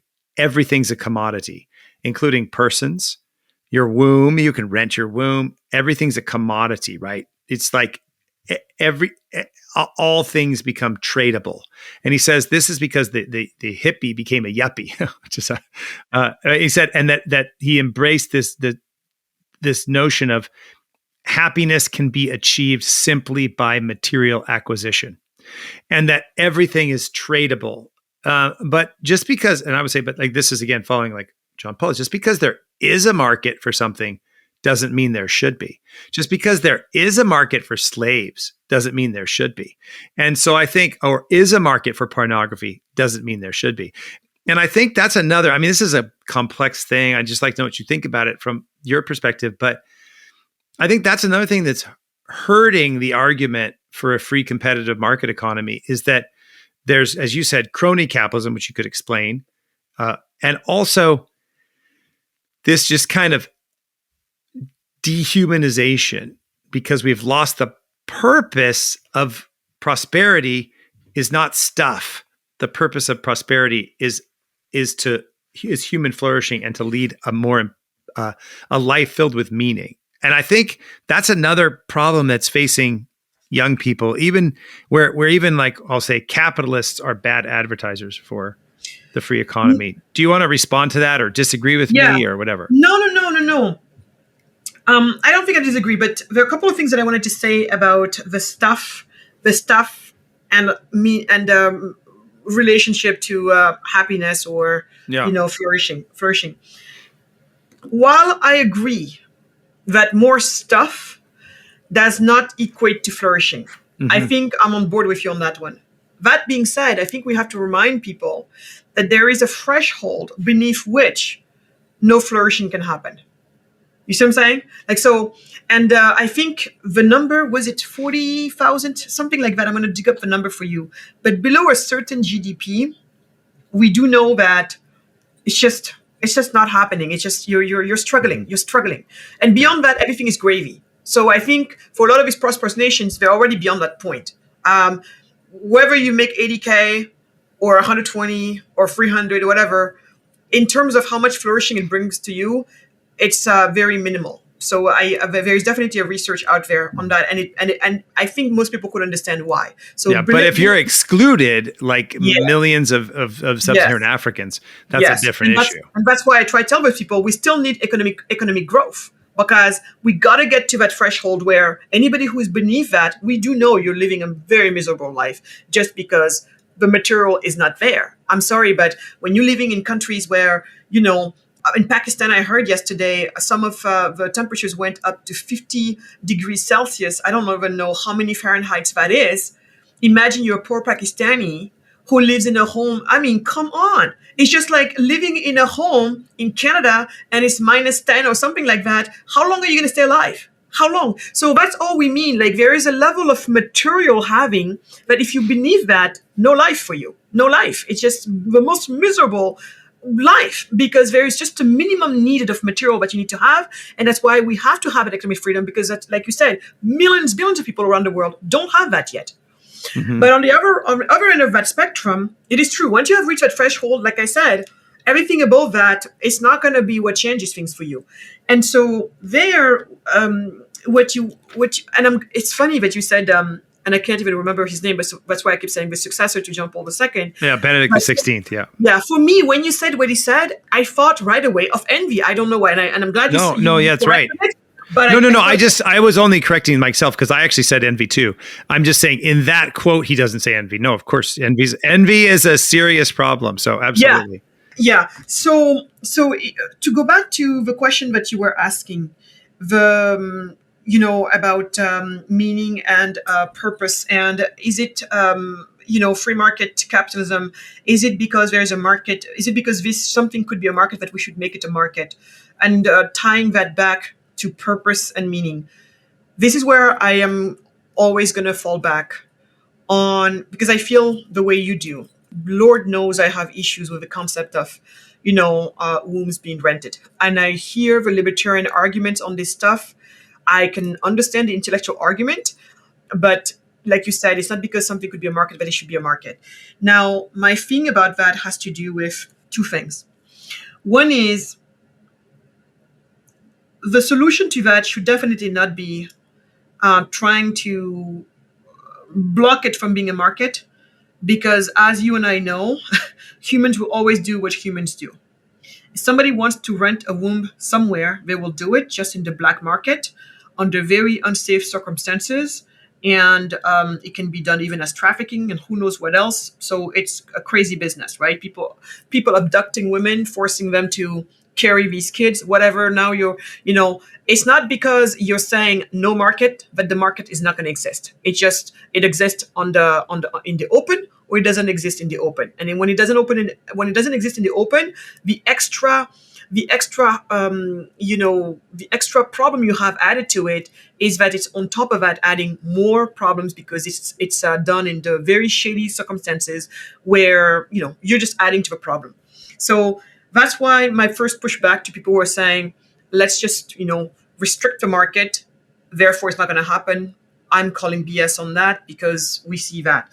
What I go back to is what you're talking about. The only way, at the end of the day, everything depends on us humans. And then you even talked about the slavery. It's not because you could sell people that you should sell people.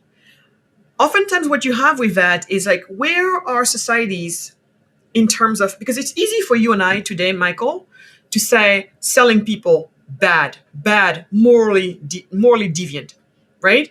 If we were living back in those times, because, that's the other thing. People forget that Africans, it was a trade for them as well, right? I mean, the richest woman of Benin for the longest time was a woman selling slaves, Black Beninese women selling slaves. So many people have made their riches with this.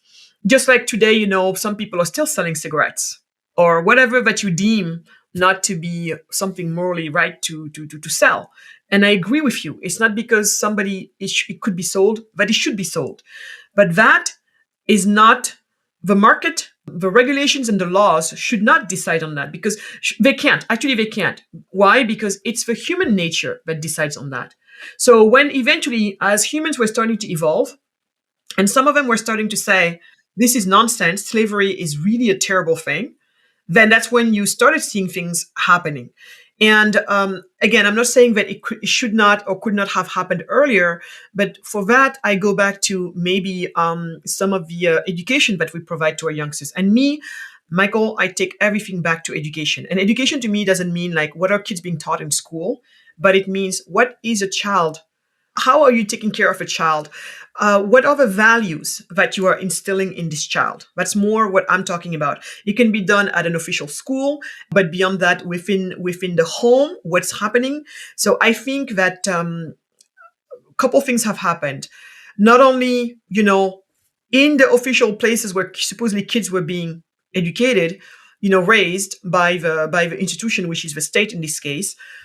What you have seen happening is that those have been captured by people with a very strong and definite ideology. And they have just been feeding and feeding and feeding those values into our kids.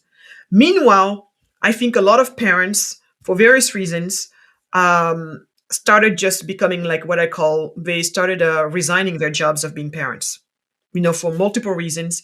Many of them thinking, oh, my child is being educated in school, the school is educating them, I don't have to do anything. And the only place where I feel that, so on here, I want to just segue into something else that I always bring up. For flourishing to happen in my mind, I've always put those two together. It's important to have a good quality seed. And what I call the good quality seed is this human being that has the good quality of a seed is virtue and character. It's in virtue and character.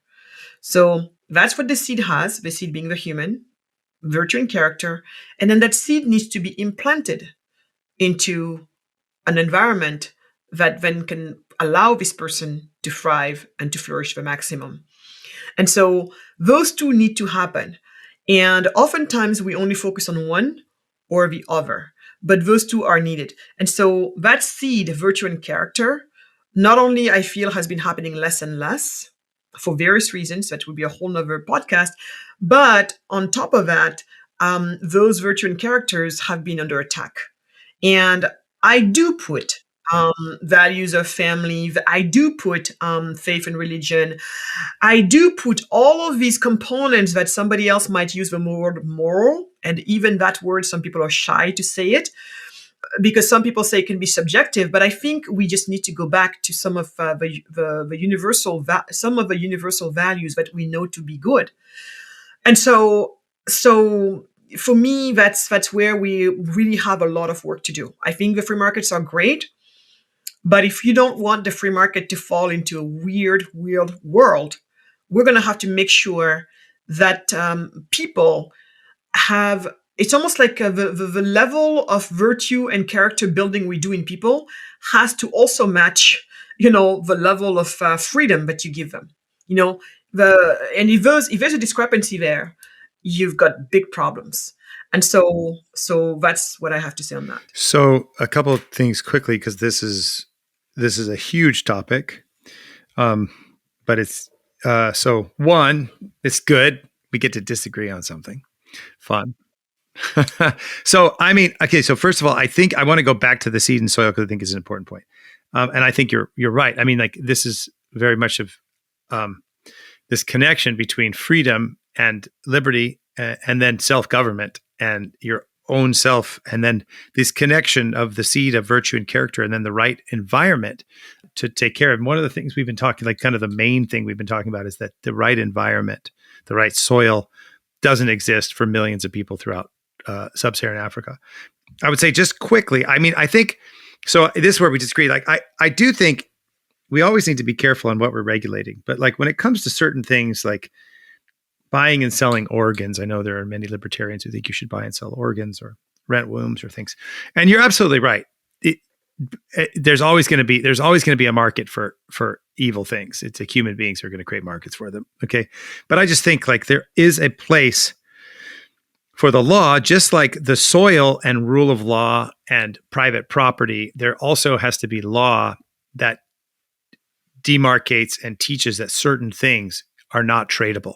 And so just as the seed that we have to affirm that private property should be respected, that enforcement of contracts that be respected, that stealing is wrong, the law, I think, has a place in saying these types of markets are not legal. Now, will people still steal? Yes. Will they still lie? Will they still try to break contracts? Absolutely. But I think we want to have that sense. We can talk about that in more later, but I think we also have a problem, especially in the West, where we have understandably, but also erroneously, identified legality with morality. Now, law and morality are directly created, right? In one sense, law is the legislation of morality.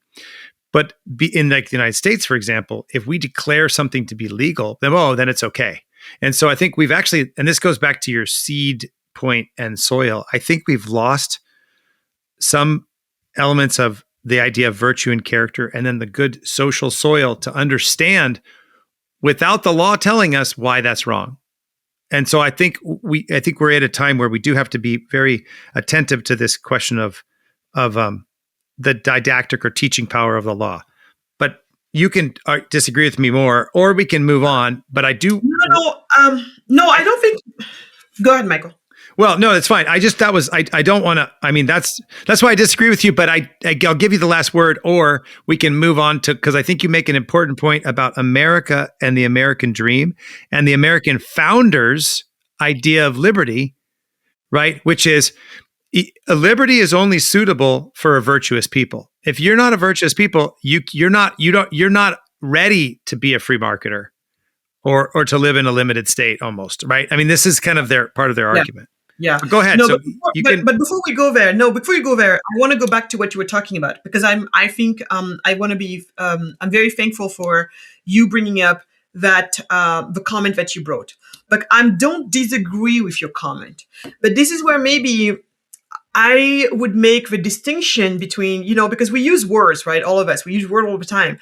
But for me, this is where what I was trying to allude to is more or less this concept of law versus legislation, right? So legislation is when we more or less kind of codify, the way I see it, codify law. Law is not, so for me, the whole thing with people should not be sold, I agree with you 100%. And at some point we get to the point where we say, and we should not be able to. For me, all I'm trying to say is when it's law, as in real law, not legislation. When it's law, I think it's more powerful than legislation. One relates to culture, and the other, more or less, relates to when culture becomes, like such a norm that this is what we do. This is, you just don't do that. Like in your family. Look, you grew up in your family. Many kids were yelling at their parents and all of that stuff. In my family, it doesn't matter what the legislation, and again, I'm using these words now in the context of law versus legislation. The person who opened my eyes to this was Don Boudreau, very, very big time, and because it made so much sense for me. And so that's why maybe sometimes when I use these words, I need to be careful. The difference that they're explaining between law and legislation, which makes total sense, is that in this case, when you have law as we think about it, it's more to do with the culture. Until you get there, I'm sorry, but we should not sell people. Yeah, fine. We should not sell people, but it's not happening. So let me go back to my family, for example. Grow up, I'm living in France. In France, kids have a lot of rights compared to, maybe where I came from. And there is rights as given to them by legislation, and there is law, and there's rights given to them by culture. So maybe law. And I am in this family. I know I could tap into all of that, but I would not do any of this stuff. Why? Because in a way, you just don't do that.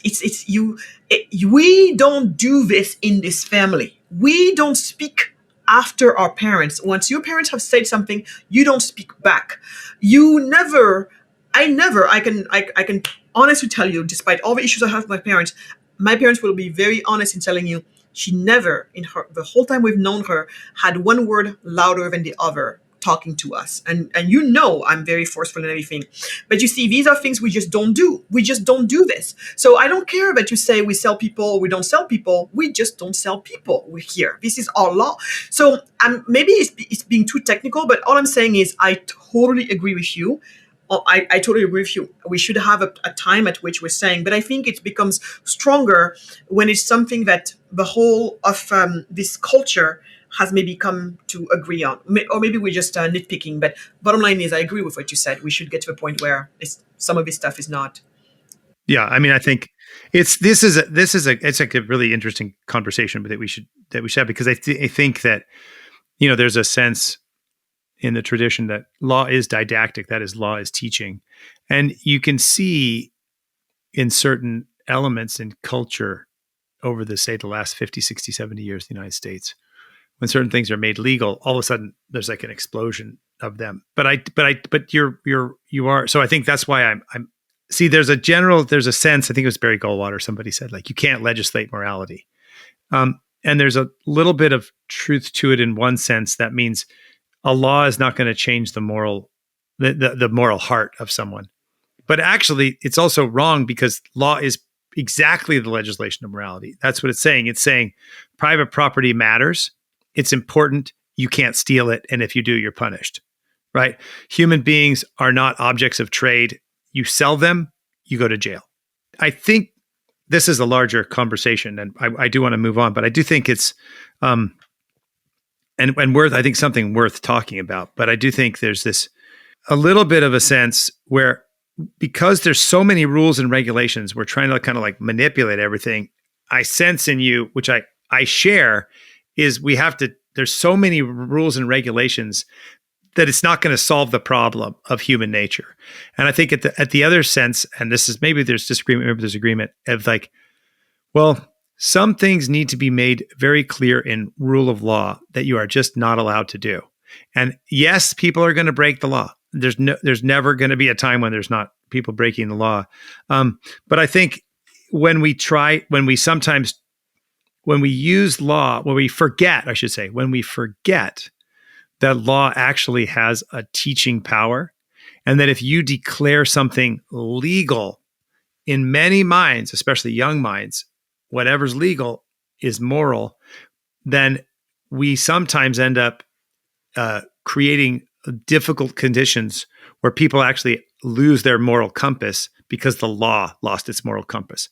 And so I think I actually did a podcast about this with Carter Sneed on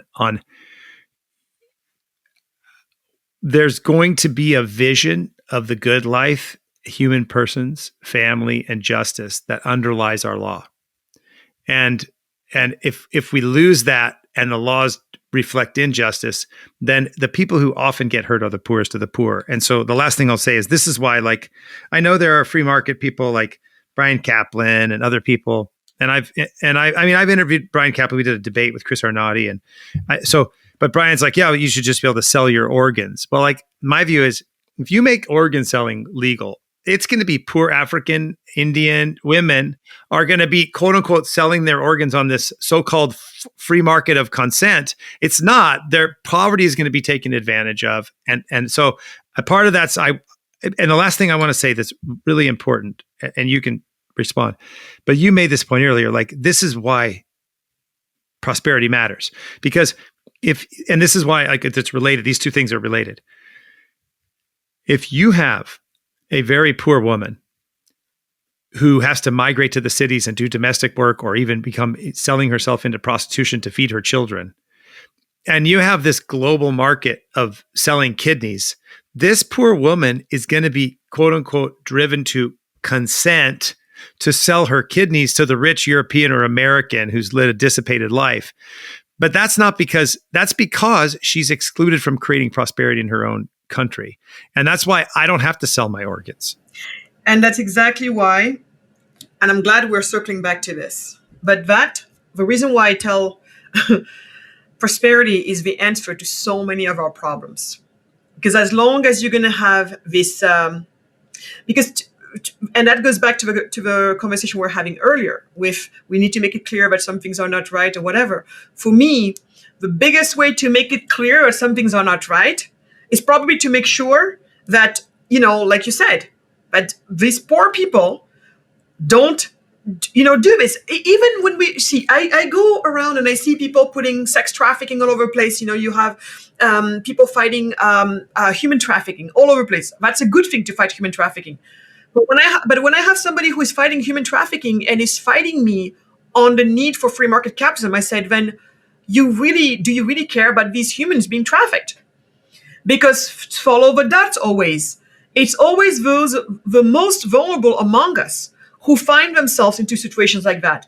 This girl may have not sold herself, but if you heard the story of how she got into this, you would be shocked. So that's why when I was saying earlier, it's not because we're neo-colonized that we're poor. It's because we're poor but we're neo-colonized. That's exactly what I was trying to say.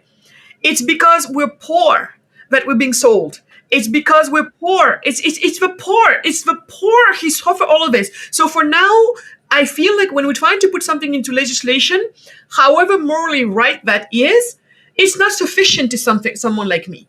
Because you can put the law all you want, but until and unless this person has different incentives than other people simply due to her poor situation, you can put all the morality in the law as you want. In the end, the only way this person can protect themselves against a lot of this stuff is that they too don't have to sell their organs. Because like you said, who is going to sell their organs? Who is going to sell their child? Who is going to even sell another human being? Because that's what human trafficking is. I mean, let's be honest, honestly. It's just going to keep on happening to the same people. Even this climate change and the issues of climate change. Is climate change real, not real? It's not even the argument I want to go into. My point is, climate is changing. It's true. The climate is changing. And when somebody is in Pakistan and has to be in a climate where it's 50 degrees Celsius in Fahrenheit, I should look, that type of heat, or you're in Canada and you're so poor that you can't, turn the heat on during the winter. I mean, we know cold kills and heat kills. It's who is going to die from this crap. So my point is just this, Michael. A lot of these laws we feel and we think we have to put on paper, which oftentimes doesn't do more than just standing our moral stand, which is important, don't take me wrong. But beyond that, it's not stopping the black market. It's not stopping any of this stuff from happening. I want to put the real power into people's hands. And part of the real power into people's hands is to get them to some level of prosperity where they don't have to be the ones, like you said, supposedly consensually, selling their organs or whatever. So, and I'm not saying it solves the whole problem, but it's a good half of a problem. And then the other half of a problem gets hopefully picked up by virtue and character, building in all of us as much as possible, so that whether the law could say, because that it goes the other way around. When you say it's good that we put it in law that we stand for these moral things. We don't sell people. We don't sell organs. That's all fine. But what about societies, just like back in those days, the societies where nobody saw the problem in selling people? No one did. Today, it's easy for you and I to say because we have evolved our consciousness. Thank God, human consciousness is evolving. And today, there's a lot of things we look back, we're like, oh my God. But if we were living back in those days, I'm not sure we would have done maybe better than some of the people alive. And so it was nowhere in the law that you're not supposed to sell people, and people were still doing it. So my point is, there's just something that starts to happen when people reach a certain level of prosperity that it shields them away from a lot of the things that when we try to rely on the law to protect them from. All I'm saying is, and you know the reason why I say this, Michael, is because living in a country like the USA, for example, and people talking about, racism and blah, blah, blah, and thinking it's just going to be one more piece of law that's going to change things. And I'm saying, look, at the end of the day, if in a dark alley some night, I am facing off with a man, and I'm not even going to the color of a man or whatever, what's going to save my ass is probably not going to be what does the law says. It's going to be what is the virtue of what type of virtue and character does this person have? Is it somebody that just believes, women who looks vulnerable in this dark alley, I know that I have a body weight, supremacy over her. Let me do whatever I want. And probably, the situation is such that I could do something to her and nobody would ever know or whatever. Huh? You know what I mean? So for me, it's just like in a moment like that, the law is not going to save my ass. And it's not gonna, you might have some people be like, oh, if I do something, I might go to jail or whatever. But the truth is, by the time some of us are about to do something, these type of things, the law is not what stops them. So my whole thing is, that's just what I'm saying. So I'm not saying that I disagree with you, but I'm just wary on trying to put so much protection to protect something, or better or worse, I don't know if better or worse, but just to say this is our moral stance. But by doing that, you're also having all the unintended consequences because it gets used in other ways. Meanwhile, not much happens. My whole thing is I prefer to spend more of my time getting a person from poverty to prosperity, having them be able to shield themselves up to 50% of the madness of the world just because of that, than trying to legislate virtue and character, which I think is better done through real work of building virtue and character. It doesn't mean we shouldn't have another way of signaling the moral stance that as a culture, as a society, we have come to thanks and through our, conscious evolution. Not sure if it's making sense at all, but I from where I'm standing, I'm just like the best way I have to protect a child who could be trafficked in these poor nations is to make sure that mom and dad are no longer these poor people that live in these poor areas and that exposes the child to being stolen, in these neighborhoods where they steal kids. In Senegal, we have this big problem, by the way, right now, and they're not going and stealing kids in rich neighborhoods. They're going and killing kids and stealing kids in poor neighborhoods, and that's when the child. So you get stolen, or your parents sell you. So right now, if you ask me, Magatte, how can you best help this child for not going into sex trafficking, into trafficking? Is it working that the law says you should not buy kids? Or is it get the mom and dad to the point where they're prosperous enough that they can shield their own kids? My choice is made. It doesn't mean that I don't agree with either side. Right, but, right. Well, that's it. No, that's good. And I think it's a super important point because, I mean, I think we generally agree. We have a little bit of disagreement on some things, but I think what we do agree on is that two things for sure is virtue and character is not going to be simply developed because the law says so. It needs to be the family, the culture, et cetera. And I completely agree with you. This is in a sense this point of poverty becomes a really huge obstacle for people and makes them vulnerable to some of the worst things going on in society. So I think we're very close on these things. So I think it's a good discussion. I know I've taken so much of your time, but I do want to talk to you about two more things. I'd love. But Michael, sorry, and that's another conversation for another day. But I do believe, as you, that it is good for us as a society to put our stake in the ground in terms of where do we morally stand. I do agree with that. So you feel that doing it as a law is the way. All I'm saying is I would be on board as long as I don't feel that people think we did that and it's done. We're done. Yeah, correct. I agree with you. We have to put our values. Yeah, and I think there's something I do want to move on because I've taken so much of your time, but I do think there's something behind our discussion, right? And maybe it actually is going to be a good segue, but I think there's something behind our discussion, and that is there's a certain kind of sentimentality, like let's create a law to protect these people, right? Well, why not instead of you first creating a law to protect the people, why don't we actually create the conditions where they don't need that law to protect them? Maybe part of our debate, which would take more time to unfold, and I think we should discuss it. But I think part of our debate is like, I'm talking a little bit about one thing and you're talking about it from the thing of another point, right? And I think if I'm understanding you correctly, and I share this deep concern, and I'll try to be provocative in response to your point. Like, don't just make a law against human trafficking. While you also support all these regulations that make it really difficult for people to get jobs and prosperity. And I think if I'm hearing you correctly, your frustration at the legal aspect is kind of related to what I just said. Is that correct? Am I understanding you? You're correct. You 100% hear me. Yeah. Okay. All right. Yeah. Yeah. So I think this is a really important aspect. I mean, and it's also part of the kind of frustration of, the certain sentimentality that goes on. And this, I think, when you talk about, you talked about like the 100 people who are like Africans and their allies, and then 100 people who don't think about it. I think in the allies side, there's a sentimentality. Poor people are treated like objects of pity, but they're also technocratically managed.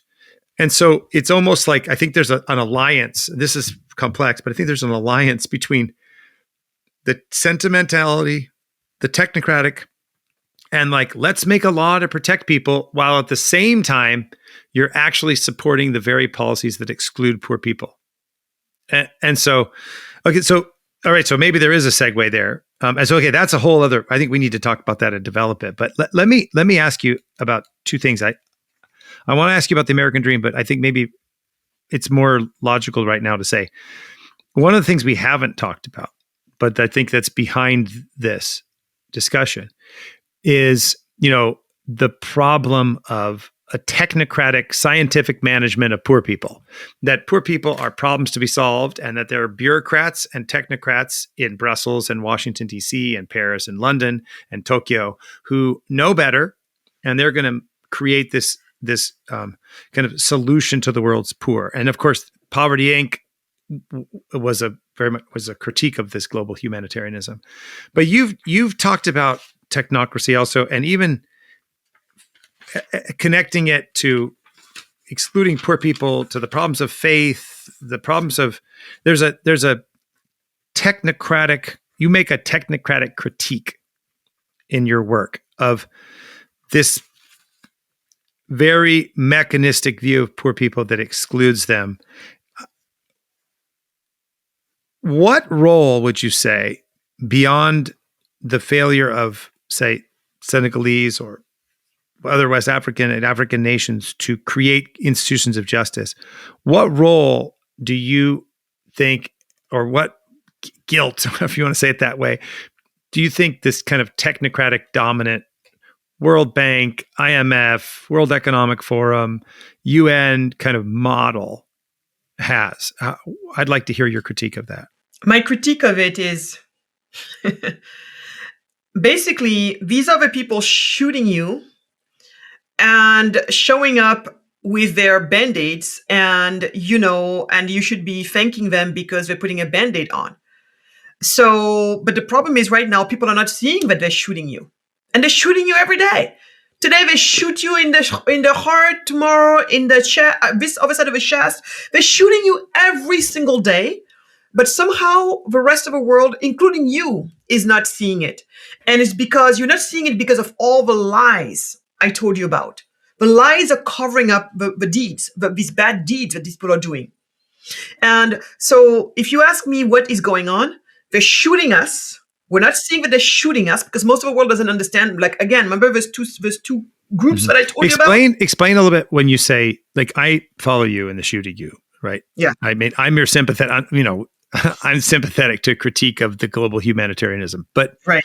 Some of my listeners would be like, wait, well, aren't people trying to help? I don't deny that people are trying to help. But my next answer to that is going to be the road to hell is paved with good intentions, and that's very much. See, the problem is you have is in this field you have people who should know better, and people who know better. It's not that they should know better; they know better, but their livelihoods is tied to this madness.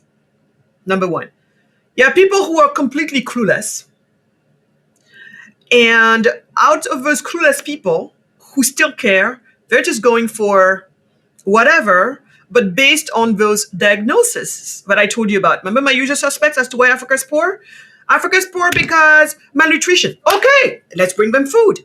Africa is poor because, a lack of education. Okay, let's build more schools. Africa is poor because, Tom Shoes will tell you, no shoes. Let's bring them shoes. So my point is, all of these, the usual suspect, it's all of these lies we've been told. And if I wanted to be nicer, I would just say all of this misdiagnosis that we have that we have about this question, why is Africa still the poorest region in the world?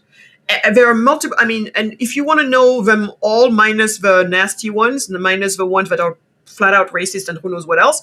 Go, Michael, and take a look at the 17 Sustainable Development Goals of the UN.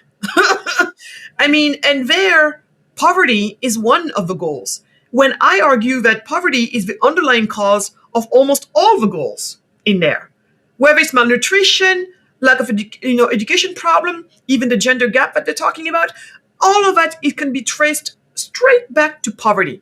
Yet you're trying to address poverty in a thing of its own, as if it's the same root cause as malnutrition is, as lack of access to clean water. So we're putting all of these things into different categories, not connecting the proper dots of causalities between them, and that in itself has been so detrimental to us. We have been distracted for too long, and we keep being distracted, and so all the energy and the money is chasing after these diagnoses, which for the most part are wrong, for the most part are just symptoms of a much deeper issue, which is called poverty. And poverty is solved in only one way and one way only. We talked about it. Free the wealth creators to create, and they lift everybody up with them. And these guys are not doing it.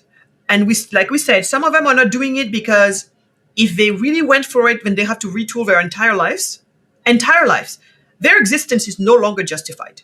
Or if it is still justified, it now has an expiration date on it. Because the minute those people are freed, it's game over in terms of needing your welfare or your foreign aid and who knows what else. It's game over. So do you really believe that, again, going back to the human nature, maybe you and I, Michael, because we have different levels of or different types of virtues and character, we would not want to be doing something that, we know darn well not only doesn't work, but also is detrimental to another human being. We would not want to be involved in that for too long. But some people do. Some people know darn well that they're selling you poison, that they're doing poisonous stuff, and they're doing it because, hey, do you want me to lose my home and my wife? No. So you see where virtue and culture comes back in there. But so I argue that there is a percentage of this industry of those who supposedly care and are involved in supposedly getting Africans to a better level that know better, but absolutely are disincentivized to chase after that. And then the rest of the people are still full of good intentions, but they're frankly clueless. And having good intention does not qualify you to participate.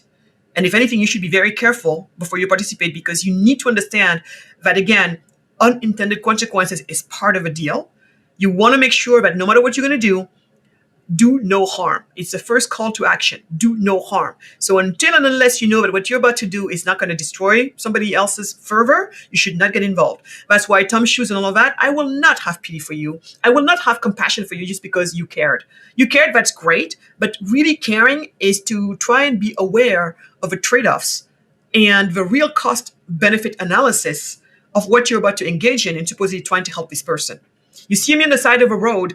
I had just had an accident, and your first reaction might be to come and try to help me lift up my head or whatever. Well, guess what? In doing that, you're causing more problems with my internal, hurts that you don't know about, which might actually kill me the very next second. So calm down. I know you want to help, but please calm down. Proceed with caution.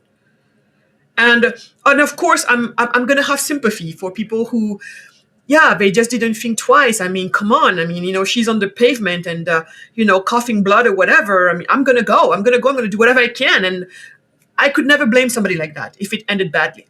But it's one thing that you do it once and it's there.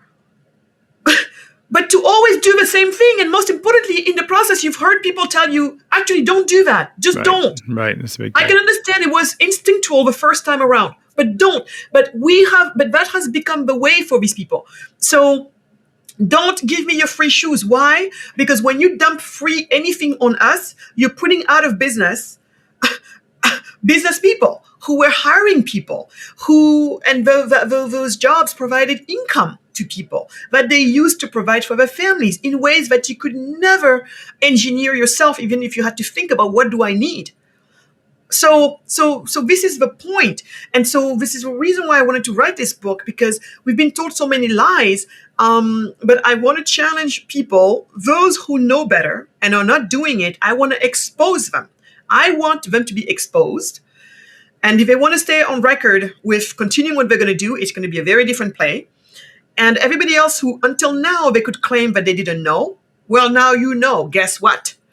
And from there, hopefully, we have a very different plan. But because if you tell me that you care about the poor people, you cannot in the same sentence tell me and no free market capitalism for you. Just not.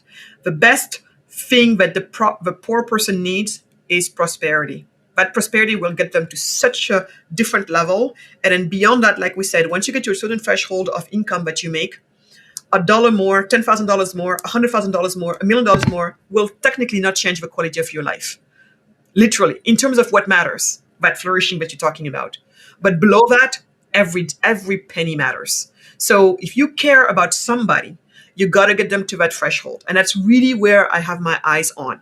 But this time around, I want to do it in the way that, but this time I say around, but what I mean by that is this whole issue with capitalism and all that, throughout the times. This time, I think we have to do it in a way where we also don't just bring to flourishing.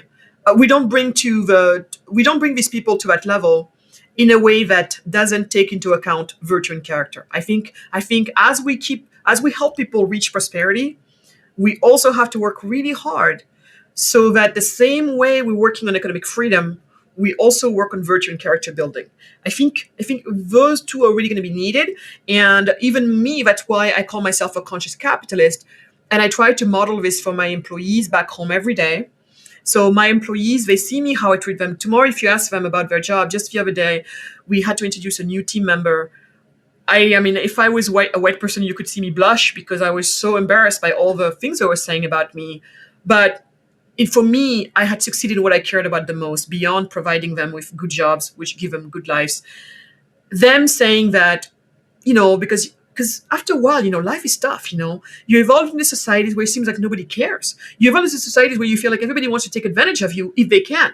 And that your poverty really puts you in a very, very, very vulnerable situation.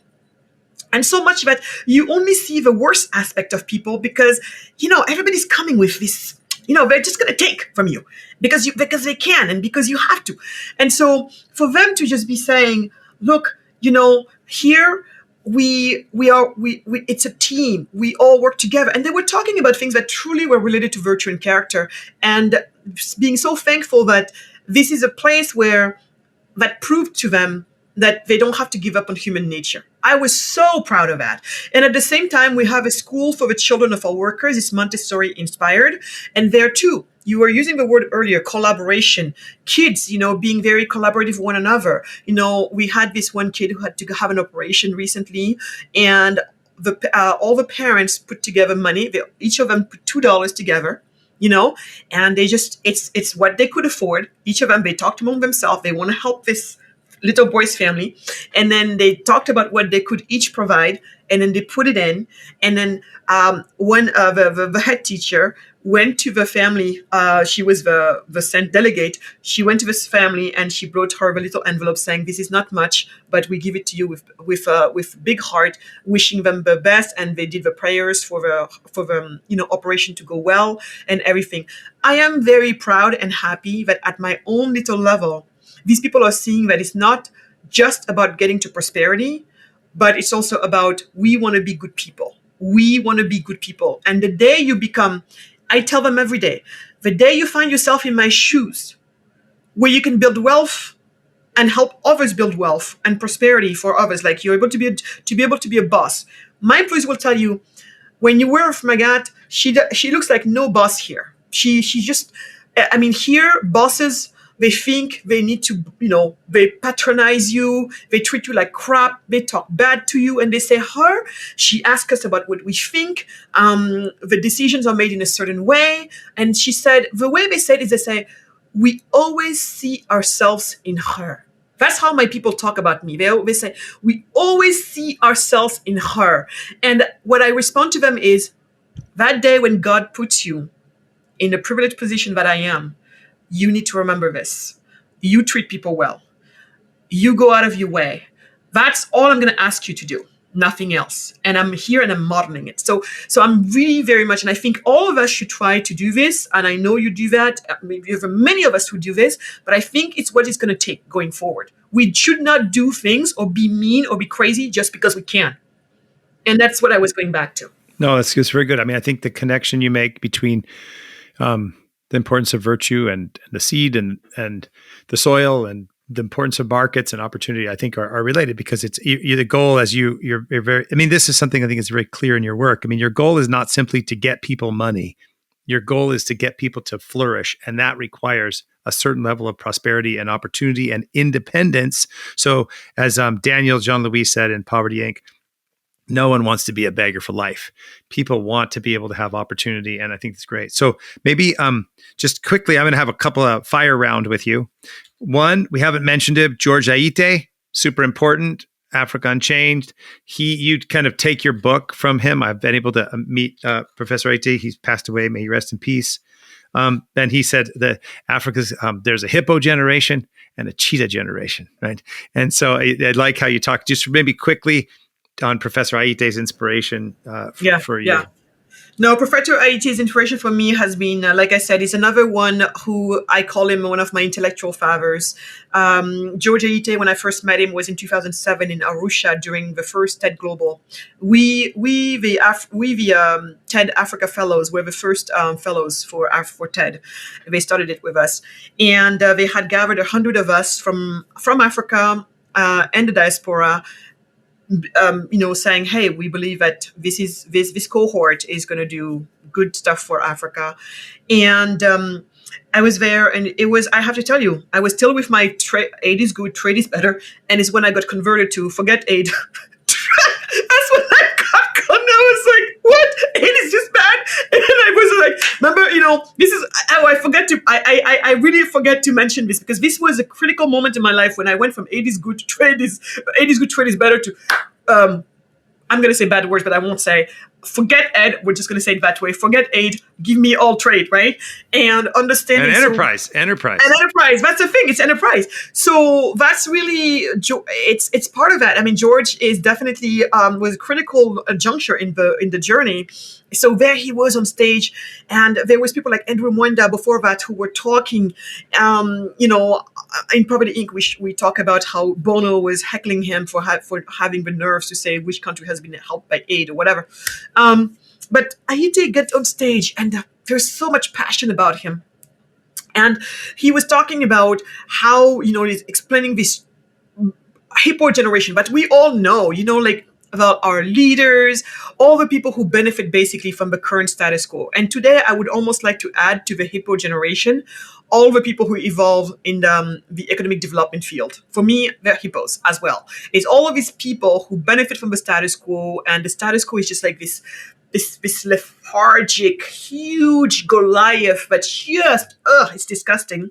We're going nowhere, and they're just feeding off of a system. Compare those to the cheetahs, and he calls us the fast runners of Africa. He says, we are the fast runners of Africa, those of us who wait for no one and wait for nothing. We're going to take matters into our own hands. And he would say, run, cheetahs, run. I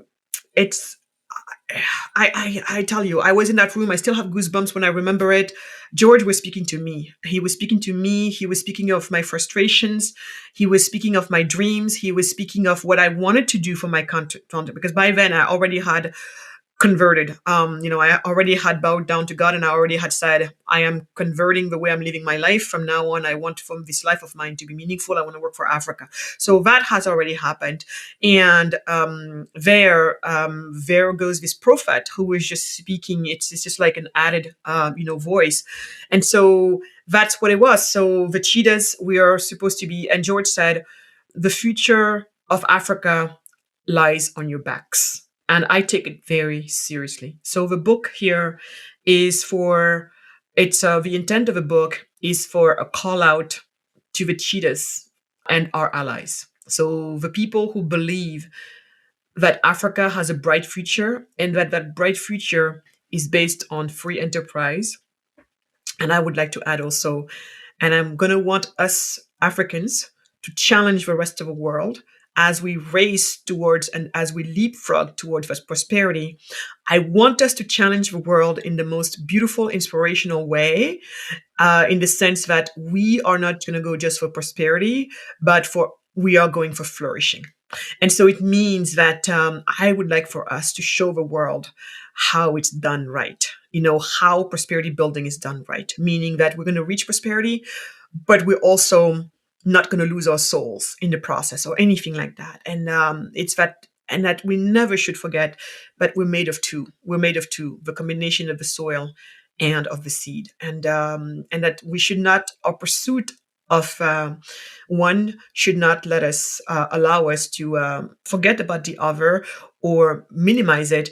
But if anything, if we have understood anything, it's that we have to very much keep that in the background, because we have seen around us places where they thought it was just about going for prosperity, and how in the end they lost themselves. I really believe that what we call the wokeness crisis in the West right now is just that, a crisis of meaning and purpose, due to the fact that we haven't spent enough time on virtue and character. It has been the lost child of all of this. And so, me, just like with everything, I tell Africans, look, just like, we're going to be building, we're going to have to be building our cities. We're going to be building hundreds and hundreds of new cities in Africa going for, in the next few years. Well, if we're going to be building cities, let us not replicate the mistakes that cities like New York have gone through, cities like Paris have gone through. Because we know better, because we're the ones who are going to do this the latest, right? We're the latest. So why are you going to go and replicate the same mistakes? So here I would like to tell us too, there is a trap here. Be very careful in this pursuit to prosperity.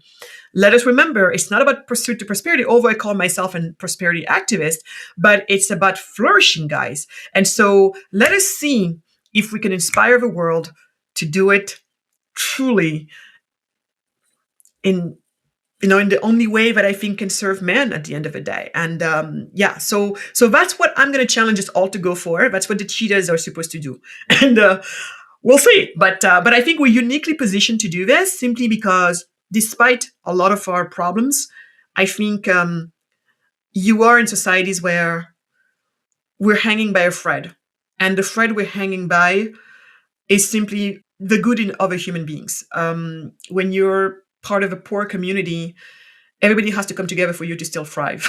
Otherwise, everybody dies much sooner than not. And so because of that, I think in the tragedy of our poverty, we have lost less our sense of character and virtue. But I think we need to remember that while we keep that on our pursuit to prosperity, we need to just really put those two together. And so I think once those two match, once those two are together, they move together, then I think we're going to become an unassailable species, as the human species. And I think we're going to discover levels of flourishing that most of us think is almost impossible. A lot of these addictions that we deal with, a lot of these issues that we deal with at the most, core level of people, I think it's going to start to go away or become much less and less and less. So I'm hoping we do that. I'm hoping we show the world a new way of, I don't want to say the word better or whatever, but we just lost our way somewhere. The West just lost its way a little bit. So maybe can we talk just briefly about that? Because I want to talk about the American dream, and then so I was thinking about this as you were talking. The American dream, you in one sense live the American dream. You're an immigrant. You moved here. You started businesses. You married an American, Michael Strong. And you talk about the American dream. I'd like to talk about this, but before you do, I just want to say something that strikes me in what you've said, I think is so very important, that you don't lose yourself in prosperity. And I think the original American dream is not to lose yourself in prosperity, but I think that I'd like you to talk about that. But one thing that struck me, so I did for one of our Poverty Cure Summits, Acton University, I interviewed a couple of people, and one of them was Father George Aite, who's a Nigerian priest, and I also interviewed a Ugandan woman and a Ghanaian businessman. And there's something about there's something about the humanity and African values, and I'm using Africa broadly, right? I mean, Nigeria is very different than Senegal, but there's something about there's a certain element of human values and commitment to the family and to community. And so that I think is really important, that in many ways the West has lost with this radical individualism. We've kind of become technocratic. And so this is not a technocratic dream, right? But a really human African dream. I think that you're trying to get behind. So you have the American dream, you also have the African dream. And I think the point you're trying to make that I think is really important is it can't be done at the expense of what it means to live a rich human life in relationships of family and love, et cetera. And I think that's a really important part of your prosperity activism, is never separated from human relationships. So I think that's important. You can comment on that, but I'd also just like maybe to end with two things. One is the American dream. You talked about in the beginning. I wanted to bring it up. There's a lot of people who, what do you think? What is the American dream? And how should we think about poverty in the United States, even if it's just briefly? We're doing a new project on that. What's your take from this position of an African immigrant to the United States? How should we think about it, Magatte? Yeah. So, the human dream for me is just that.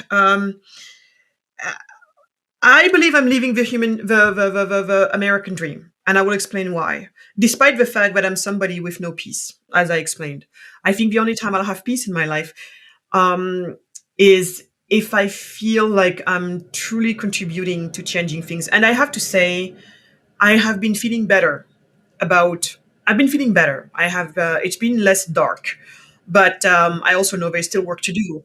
And it's been less dark because I am involved in trying to do something about this, right? And so it's been very, very healing. But the reason why I would say I'm living my American dream is America has given me a chance to escape the default setup. The default setup being poverty and all the ails that it provides. It has gotten me to this threshold level where, I don't have to worry anymore about my physical integrity, about, whether it's because I have a roof over my head, if I fall ill, if it's something that doctors can fix, they will help me, they will do it. Food in my belly. I'm fortunate that God put me in touch with a really good man who takes really good care of me, doesn't beat me or anything like that. But if he was trying to do that, and I'm not saying that,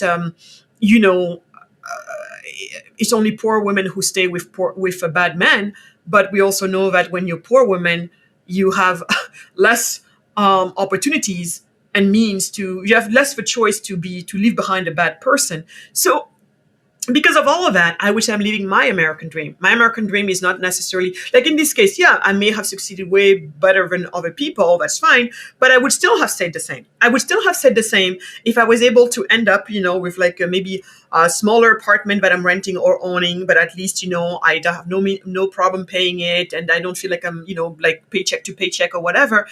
I would look back and, see that I have some savings. So, my dark days are, kind of more or less provided for. So I'm talking about that level where you don't have to live in your flesh, the scarcity that poverty causes in you.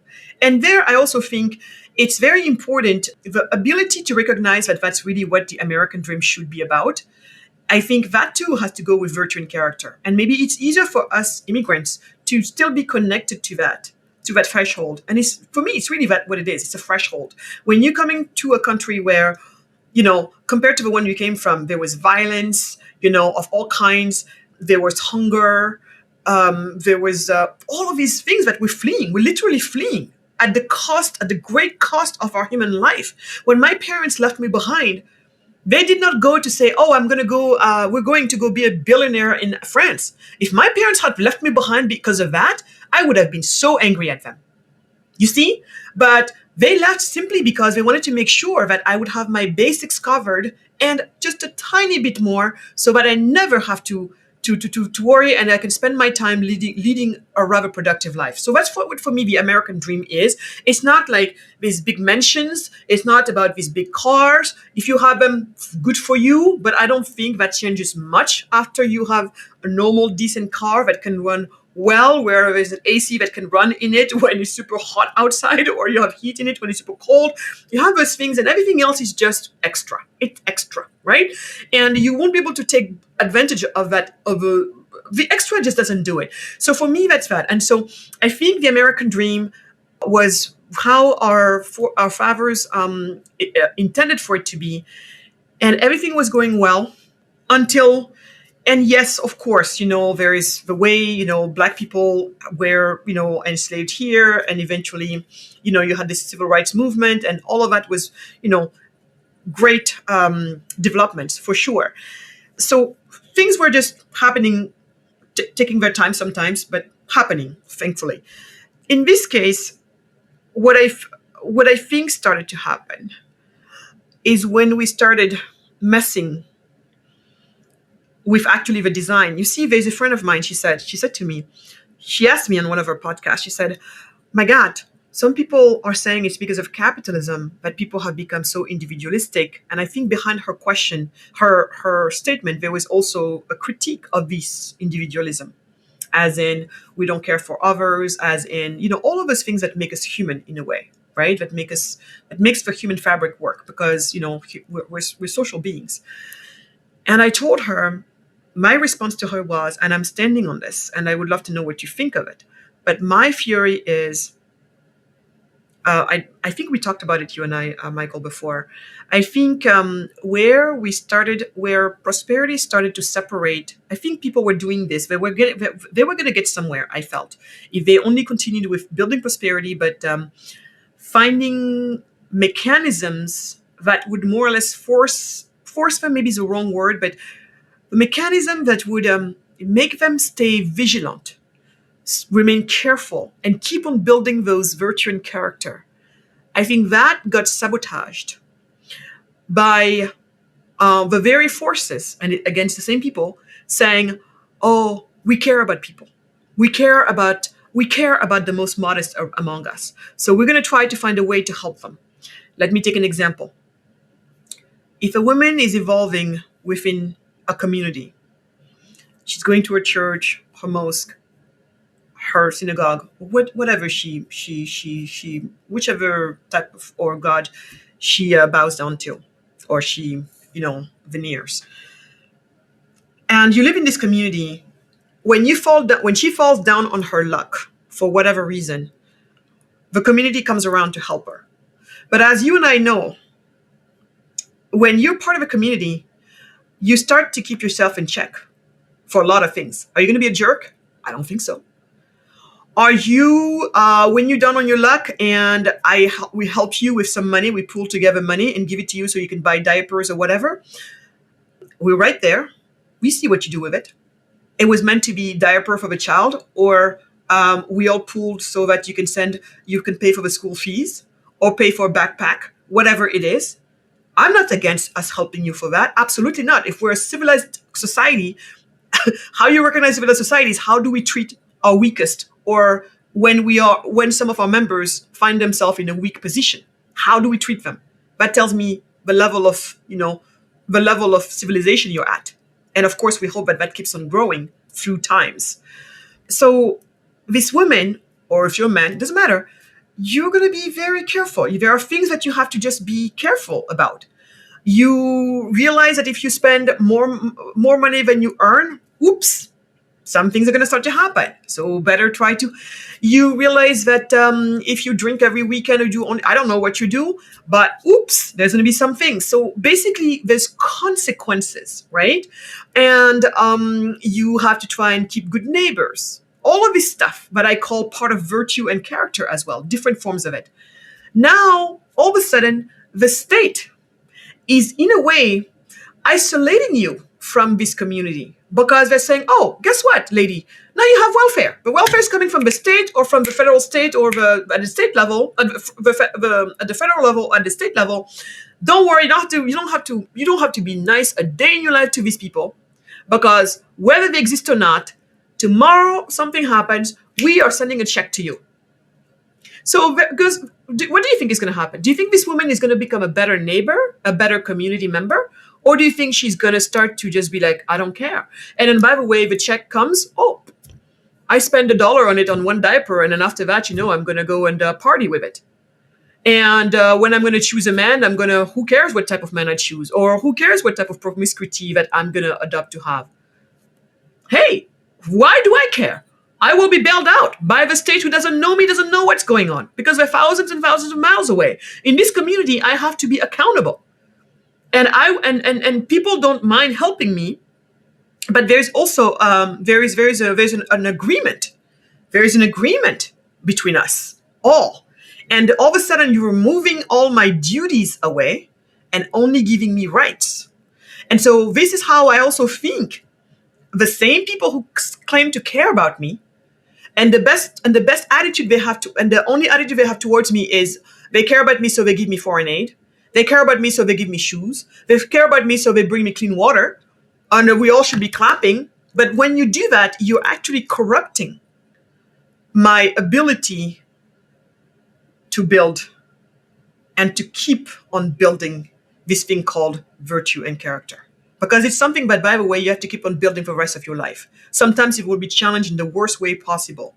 I think we've all been there when we lost a loved one or whatever, and our faith is being challenged, or whatever it is. I know certainly I have been in those shoes where my faith has been challenged tremendously a couple times in my life.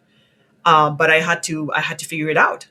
But so my point is, we are being stripped from our ability to build and keep on building that virtue and character by the people and the policies that they come up with in the name of trying to help us. And some of them will tell you, well, we just think it's not right because if a woman has to, then the church says she has to live her life this way, but she should be free to live her life in any way she wants. Well, if that's the case, then she should if everything falls apart, then you fall apart. But so it doesn't mean that I say no to welfare.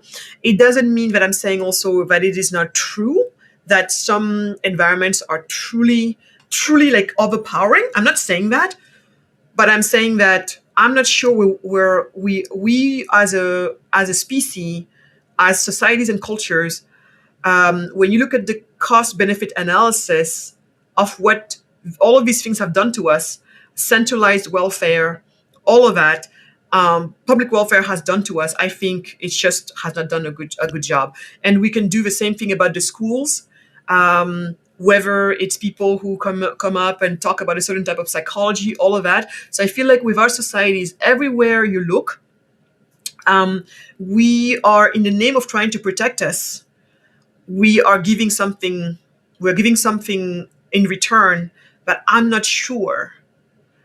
I don't know at the end of the day, if we knew the real costs and benefits, that we still would choose where we have taken ourselves to. And so it doesn't mean, again, that I don't believe in welfare, but I just believe maybe in it being more, mutual aid societies type of things, right? Where you stay close to that person. That's why I also don't like I like local government. I don't like, the centralized, the faraway governments. And one thing I would leave you with this. Did you know that they said that there is a correlation between when and how many seatbelts, between when and how much we enforce this having to wear seatbelts with the level of entrepreneurship and the level of risk-taking tolerance in people. And it would make sense to me. So I think we have to start to really look at all of these cost-benefit analysis. And too often, we are only looking at the so-called benefits, but we forget to look at the cost. And that's what I think has started to happen, again, pushed by the very same people who claim that they want to help the most vulnerable among us. They bring us these solutions of theirs that on the surface looks just fine. But when you start to connect the dots, it's the absolute worst you could have done for those of us who are in the most vulnerable situation. You're basically robbing us from the ability to actually, just do it for ourselves. So me, that's how I'm seeing things. And even in here, that's why it means that we need to have more reflection and more, think more about what does it mean to still help people with a net to fall back on during their bad times. But how do we make sure that people don't turn that into a crutch, like, has been done with the aid industry and such. So I just think we have to spend more time on running cost benefit analysis on everything that we do. And so that's what's been happening. If I've been thinking about it, and that's what I've seen. Well, thank you. So, I mean, thanks so much. I mean, I took a long time. I think this is my longest podcast ever. I feel like it. And I have long ones, so this is like the record. So I really appreciate your taking. Was worth it. Oh no, it's great. I really appreciate you taking time. I know you're busy and you have so much. So, a couple of things to conclude to say thank you. I think one is one thing that I think is striking is your concern for the human person as a subject. And like the language I use is the protagonist, right? The human person is the subject and the protagonist of their own story of development, and that your like affirmation of human agency.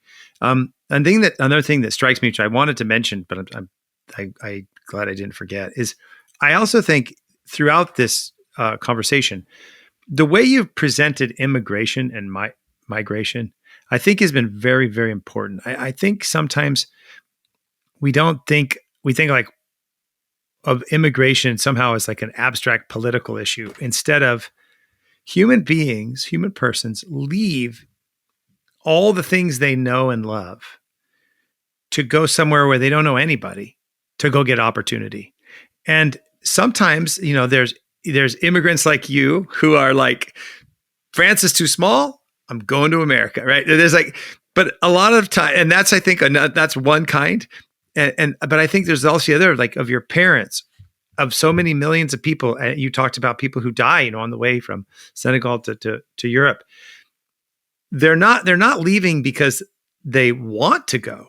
They're leaving because they need opportunity for themselves and their families. And I think the way you articulated that too is another reflection of how, like, I think this attention that you help us get, this empathetic, like correct attention to the person as a subject, not just an object that we're watching, but a subject to trying to be inside their psyche, inside their experience. So that, I think that's really, inspirational to me and encouraging to, like, you're always taking persons as human beings with dignity and creative capacity. And I think it's really inspiring in every way.